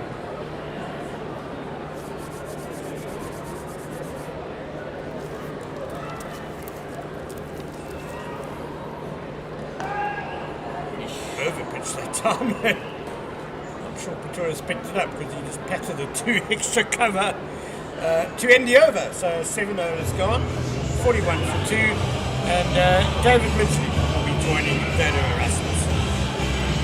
Yeah, Pretoria's almost out picking up a slower ball there from Foyun. All happened in slow motion almost, and Imran Manak will continue as the Rocks look to bowl him out. He's been doing a wonderful job for them, keeping it tight and picking up a wicket as well. Lovely crowd in, as we said earlier, trying to support their home side. A little bit of danger early on here for the Momentum Multiplier Titans. 2 wickets fallen. That of Stolk for Norton and Moonsami for 8. And is just trying to whip it maybe through the leg side is Makanya, also closing the bat face a bit early, but he will get the single. And Manak will be coming around the wicket to Pretorius. He has a man at long off, long on, deep mid wicket, deep square leg, and also a sweeper on the offside. And so very square field here for Manak. Plays it off the back foot quite comfortably. Pretorius moves on to 27, and they're just going out just about over a runner ball. For 10 losing it in the lights, they're just an apology, as that one didn't give him much option to take it. Thankfully, no damage done. But over pitched and comfortably worked too long on. Running the first one hard is Pretorius, but it would be a tight second, and he wisely decides against it. Yeah, here at SuperSport Park, I think you generally want to bounce a ball into the keeper or the bowler. It's a nice even outfield and square as well, and you don't want to be throwing the ball into the lights.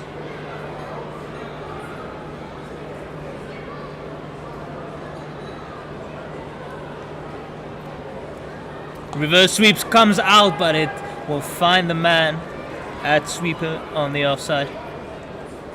And crucial for this Momentum Multiplier Titans chase is that they've just kept within reach the whole way through. Yes, they've lost those 2 wickets, but they've just gone along here, knocking the ball around, ready for from this over runnable stuff, and they're just keeping within reach, not letting it run away from them. A bit short from Manak, but he pushes it through quicker, but it still gives enough time for Makanya to just rock back. Nice little blossoming partnership here, just 18 runs. Something that was lacking from the Rocks innings was consistency in their partnerships. Again, easy single down the ground, and that ends over number 8 for the Titans, who have moved on to 47 for the loss of 2 wickets. Pretoria's up to 29 of 28, and Makanya has just joined them. He's on 5 of 8. End of Imran Manak's spell, 1 for 23 from his time with ball in hand, and he's bowled out very quickly here, knowing that they've got Sean van Berg in the bank, maybe feeling a little bit confident in their spin options, and it's exactly that man who has the ball in hand now, Sean van Berg. He's got 74 wickets to his name. We'll get the opportunity to have a go at the young Luandre Pretorius. Experience versus youth. Yeah, vastly experienced is Sean van Berg. Got his opportunity finally to play for the Proteas in New Zealand. That one match didn't quite go according to plan for him, but he has a lot of first-class experience as Van Berg. Especially here, having spent a number of years at SuperSport Park, playing for the Sky Blues.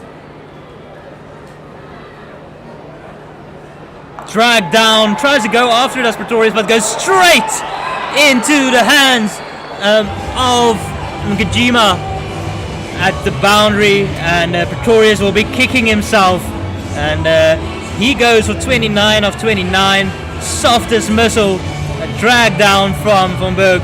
The Rocks will take it, and again the Titans working themselves into a difficult position. The old fox undoing the young buck. Let's have a look at this one again. As you said, dragged down. He tried to hammer it away, but the wily old fox in Sean van Berg knew exactly where he wanted his men. Ujima taking a simple catch, and Andre Pretorius has to go. He's gone for 29. That means the Titans are 47 for 3. Yeah, at the moment that target of 123 seems very far away for the Titans, who've been struggling with the bat throughout the tournament. And it's Dayan Halim coming in ahead of Neil Brown today, and giving him an opportunity to showcase what he can do with the bat. He was vitally important for them in their title winning season. The previous time we had a CSA T20 challenge, which was a while ago, back in 2022. The number 33 on his back, will he be able to answer the questions being posed by Sean van Berg? Let's have a look at this one again. Maybe stuck in the hand of the leg spinner a little bit longer than he would have wanted, but the result is the one most needed for his side. This is, as you said, where the Titans have struggled this season. They've done well in parts, but just let the game slip away from them, and other sides being able to capitalize on the reversal of pressure. Squirted out to man sweeping. Yeah, Dayan Halim has not had a good season with the bat. He's had 8 innings before this, and despite having a top score of 32, he's only made 56 runs in total at an average of 9.33, so he has a point to prove here today, and see his team over the line as the Titans desperately need a win. I think they can safely put the bonus point aspirations on the back seat for now. Again short, again pulled, but this time into the gap, and it goes all the way by Sebs Makanya, and showing what should have happened at the beginning of the over as well, and doing exactly what he wants to do all the way. Just rocks onto the back foot here as Van Berg strides in. Just gives himself room and hammers this away over the boundary for 6. Again to short, again pulled, same result. That's 3 drag downs in the over by Van Berg. 1 he got a wicket, 2 has been punished rightfully, and just a bit of a little momentum shift here, and there is some celebrations in the crowd.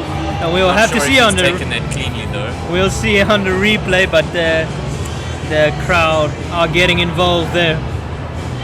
Just launches this away, a little bit squarer this time. Just having a look. He takes the catch, but has he taken it one-handed? We'll have to wait and see. Maybe not. Yeah, that one a quicker delivery, just about finds 45 on the outside. Yeah, it didn't look like a clean catch, whether it was with one hand or 2 hands, almost pulled it into his body. If you open up the pocket and it slots in the one pocket, does that count? No? Yeah, I don't think they'll be giving you 15,000 rand for that, For even though that catch. would be impressive. Over extra cover by Sebs Makanya, bringing out all the shots in this over. So an over that started with a wicket ends up going for 17 runs, and Makanya swiftly moves on to 21 of 12. Gosh, that was a swashbuckling shot. He showed us how good he is over the leg side. This one just inside out, showed them the maker's name. A couple of bounces into the rope for 4. What a way to end the over. And after 9, it's 64 for 3.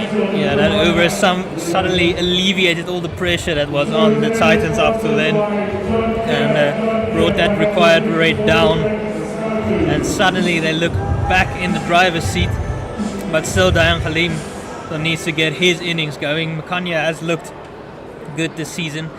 He's looked a bit over-aggressive at times and thrown his wicket away when he was just set, but that over means that the Titans only need 59 out of 11. Goes for the big shot, that's Halim, and he finds the gap. Didn't get all of it, but it's enough on his far SuperSport Park outfield to go for 4. He just threw his bat at that and got exactly what was needed, beating the man in the ring, Michael Copeland. And it was a matter of a formality, because if you can beat the ring here, you'll race away to the boundary for 4 more often than not. So the onslaught continues. Yeah, it's a wonderful place to bat in SuperSport Park. In general, you get reward for your shots. And Halim gets going. Full toss, very high, should be a no ball. And the square leg umpire does signal a no ball. And almost a casual. Should he have not tried to run him out there? Yeah, very casual to get to his crease at the non-strikers end. Fortune could have potentially run Halim out, was very lackadaisical about it. I mean, you can still be run out of a no ball. So that was very interesting there. If you look at the replay, he could have definitely run Dayan Halim out. So I'm not sure what Fortune was thinking or what Halim was thinking. It's a missed opportunity for the Gbets Rocks. When he watches this game back, Hardas Fortune will probably be kicking himself as Dayan Halim gets his 500th T20 career record run. Short free hit, he misses out on it, but is it a wide? No, the umpire says it's okay, so that means that Makanya isn't able to make use of the free hit. Just at the top of your screen there, he's just mentioning that there could have been a run out to Hardas Fortune. You can see the man in pink there, just querying with the umpire whether or not there could have been an opportunity for a wicket there. So Fortune may pay for that error. Short wide, but it takes the pace off it, does Fortune. Kanye just getting a bottom edge to it. So it's a good response here from the Rocks seamer. Also spent some time himself up here in the Highveld. So wealth of experience, having played many games just down the road. Yeah, even here this season for the Pretoria Capitals, Fortune played quite a few matches, so he'll be accustomed to playing here. And he's also a hit the deck type of bowler. He likes to hit that hard length. And he's now sending a man out at a deep backward point, bringing the fine leg into the ring. He has a deep square leg, deep mid wicket and a long arm out. And it goes straight to that man he just sent out to the boundary for a single.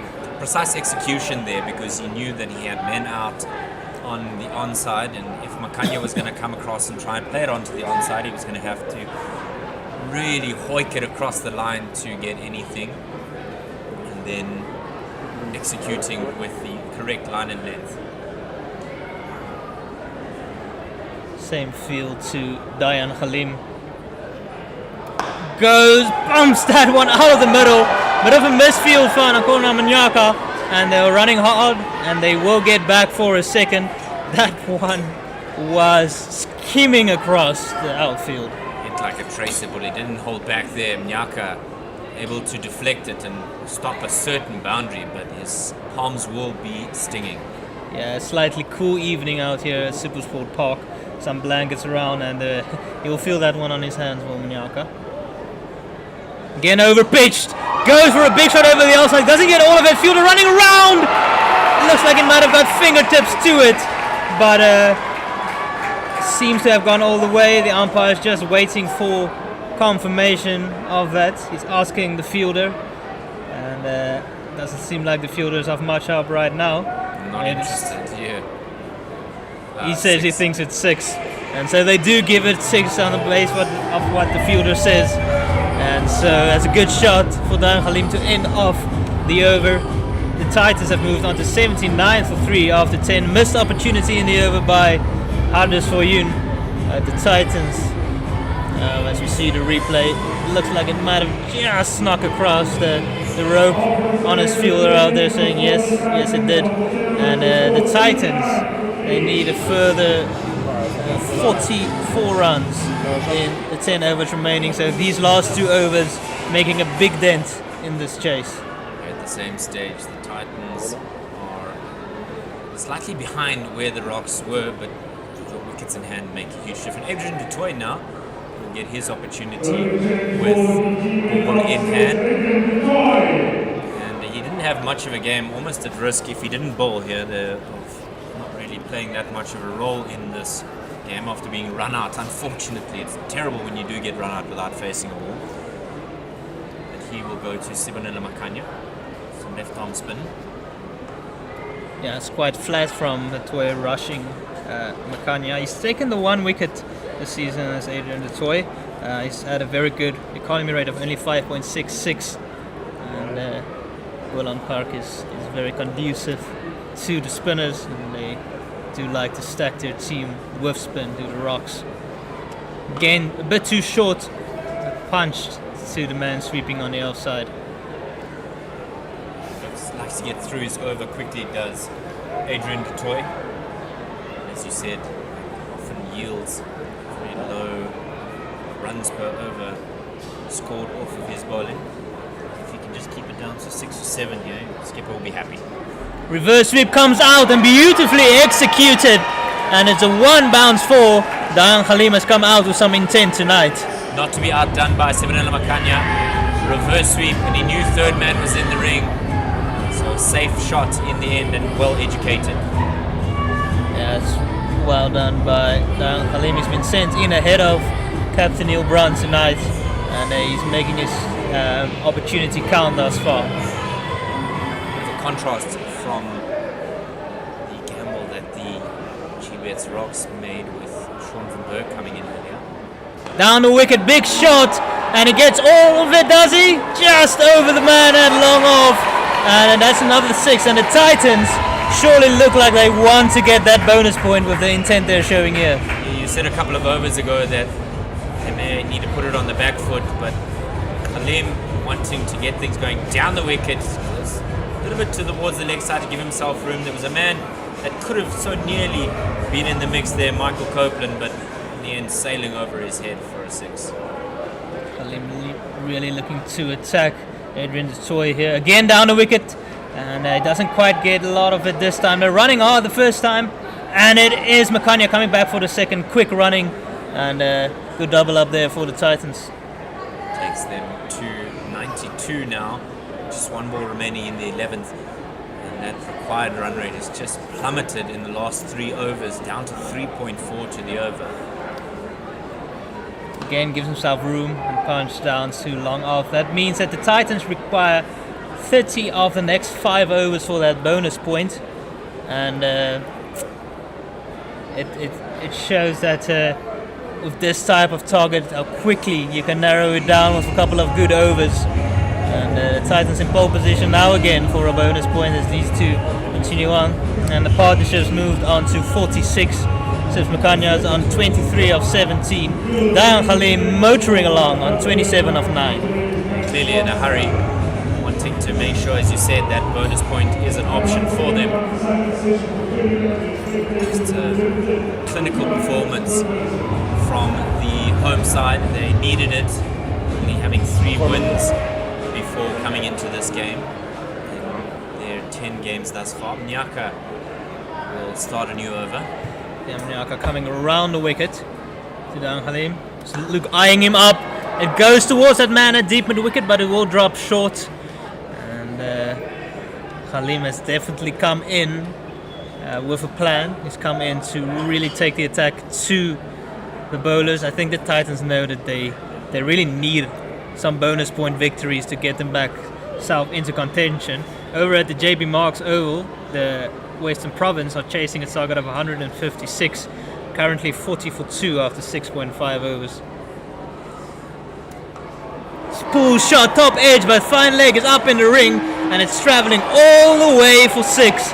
And Makanya will bang that, as well the Titans. We saw a couple of that from Clive Fontaine in the first innings, as the 50 partnership comes up with that shot, moves up to 53, and also the 100 runs come up for 3 of 11.2 overs. Just too short here from Nyaka. Makanya helped it on its way.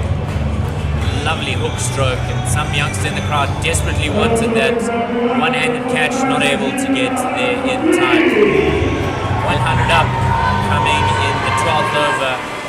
Now a little bit of a conversation just to try and understand where he needs to be bowling. Lines and lengths are crucial.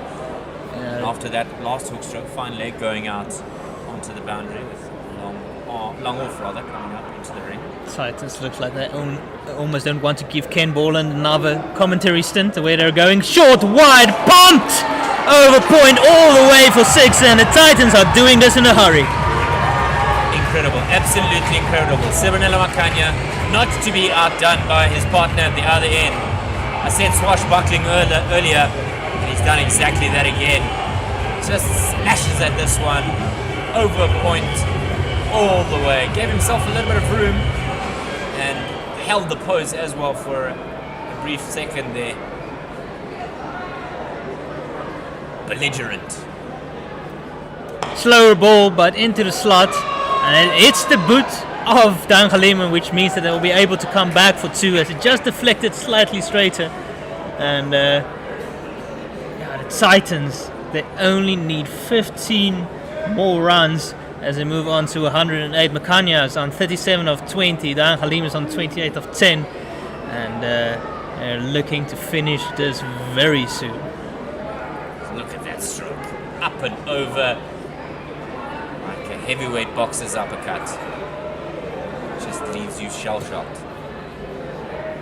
Slower ball again, sitting up and pulled beautifully into the gap between mid-wicket and long on for another boundary. And this over of Manyaka is proving very costly. It's been a couple of expensive overs here for the Gbets Rocks. Makanya just rocked onto the back foot there. He's been so good on the front foot and the back foot this evening. Round the wicket, Manyaka just floated a slow ball, almost was a long hop really, and hammered away to the onside for over 4. Manyaka trying a few things, but Makanya more than up to the task. Short again, and beautifully worked. Hardly had any room, did Sims Makanya, but he picks that gap between short third man and point, and another boundary to end off the over. A mammoth 23 runs off the over, and all of a sudden the Titans need only 7 more runs. They have 4 overs to get the bonus point, but they'll want to finish this off in this over coming up. It's been a master stroke from Sibanela Makanya in that over, dispatching Akona Mnyaka to all parts of the ground. 23, as you said, in that over, and that will most likely be Mnyaka's last over. Tane having a word with the umpires. Just have a look at this one. After winning the toss and putting the Rocks into bat, the Titans, barring a shining light from Clyde Fontaine, have just been dominant. Visa with 2 for 9, Giri 2 for 19, Dala 2 for 32, and Bosch 1 for 14 meant that the Rocks were all out for 122. And then it's been a Makanya, Pretorius and Halim show as they've rocketed to 116 for 3 and 12. Stierman, Manak, von Berg in among the wickets.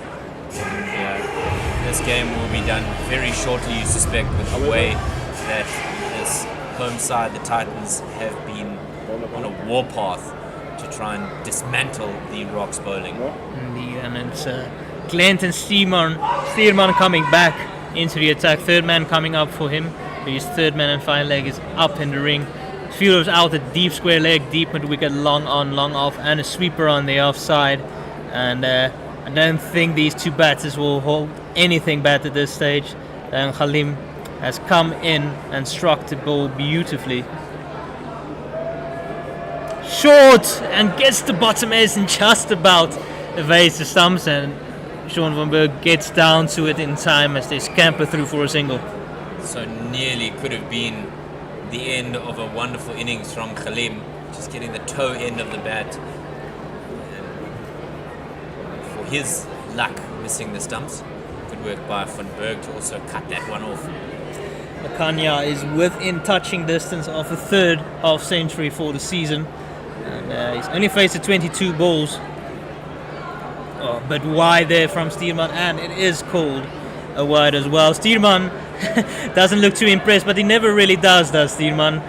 It was comfortably wide from initial sight. We will see on the replay if we get it, but it really did look a touch wide. Just a wry smile and a chuckle there from Brad White, an experienced campaigner. You spoke about him being close to that half century, but Clinton Stierman maybe trying to prevent his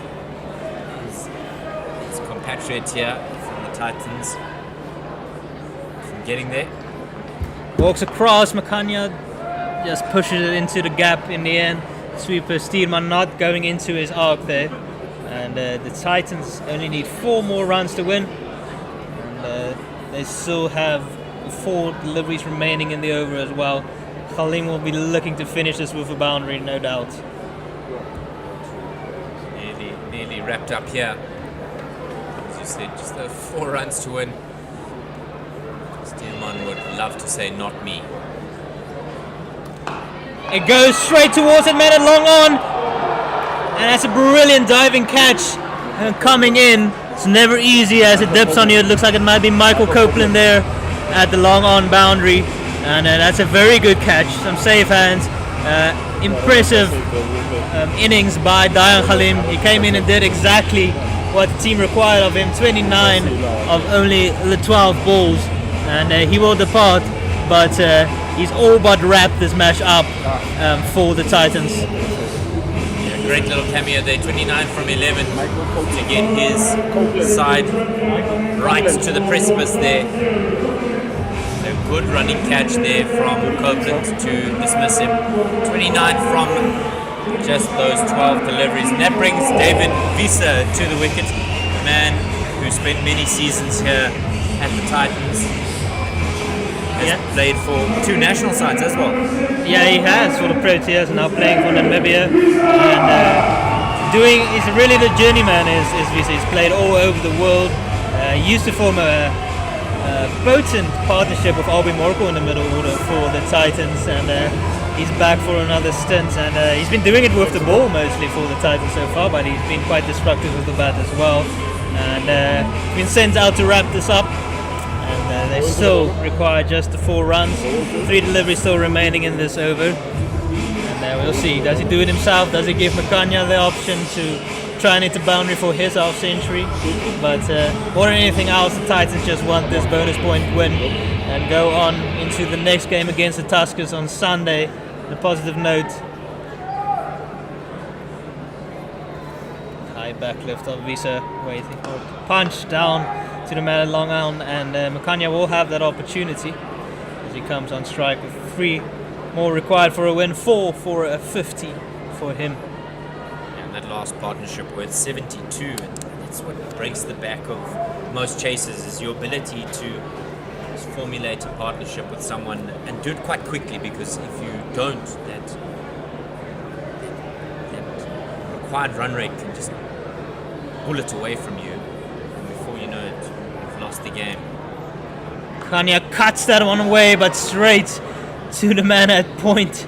And you'll feel if he just got it to his left-hand side, that would have been the boundary that would have taken him to a 50 and the winning runs. And he still has that opportunity, still 1 ball remaining in this over.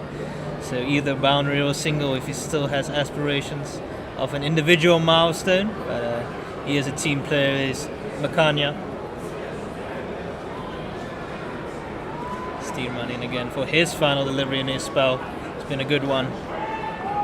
Flick to the left side, and that is that. Sibanela Makanya goes to a 50 of only 25 deliveries. He takes his team home as they get that target of 123. And the Titans have won in just 13 overs. That is a bonus point victory. That is a victory by 6 wickets. And that's a win that will do their confidence a lot of good. Brilliant performance set up by their bowling attack. Makanya did the work for them with the bat, but it was all down to that start that they got earlier in the day. Just have a look at this one again. Just on his pads, and he whips this away. And a couple of bounces into the boundary for 4 to get his milestone, as well as you said, his third 50 in this year's competition.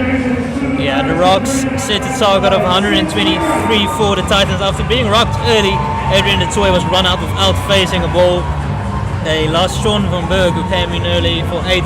They had a string of low scores. No one got into double figures apart from Clyde Fontaine, who got 45 or 24, and then the last partnership there between Imran Manak and Glenda Steeman got him to that target. It was David Visa again with the ball, took 2 for 9, 2 for Lungi Ngidi, and also 2 for Junior Dala. And then it was the Titans who romped home to victory.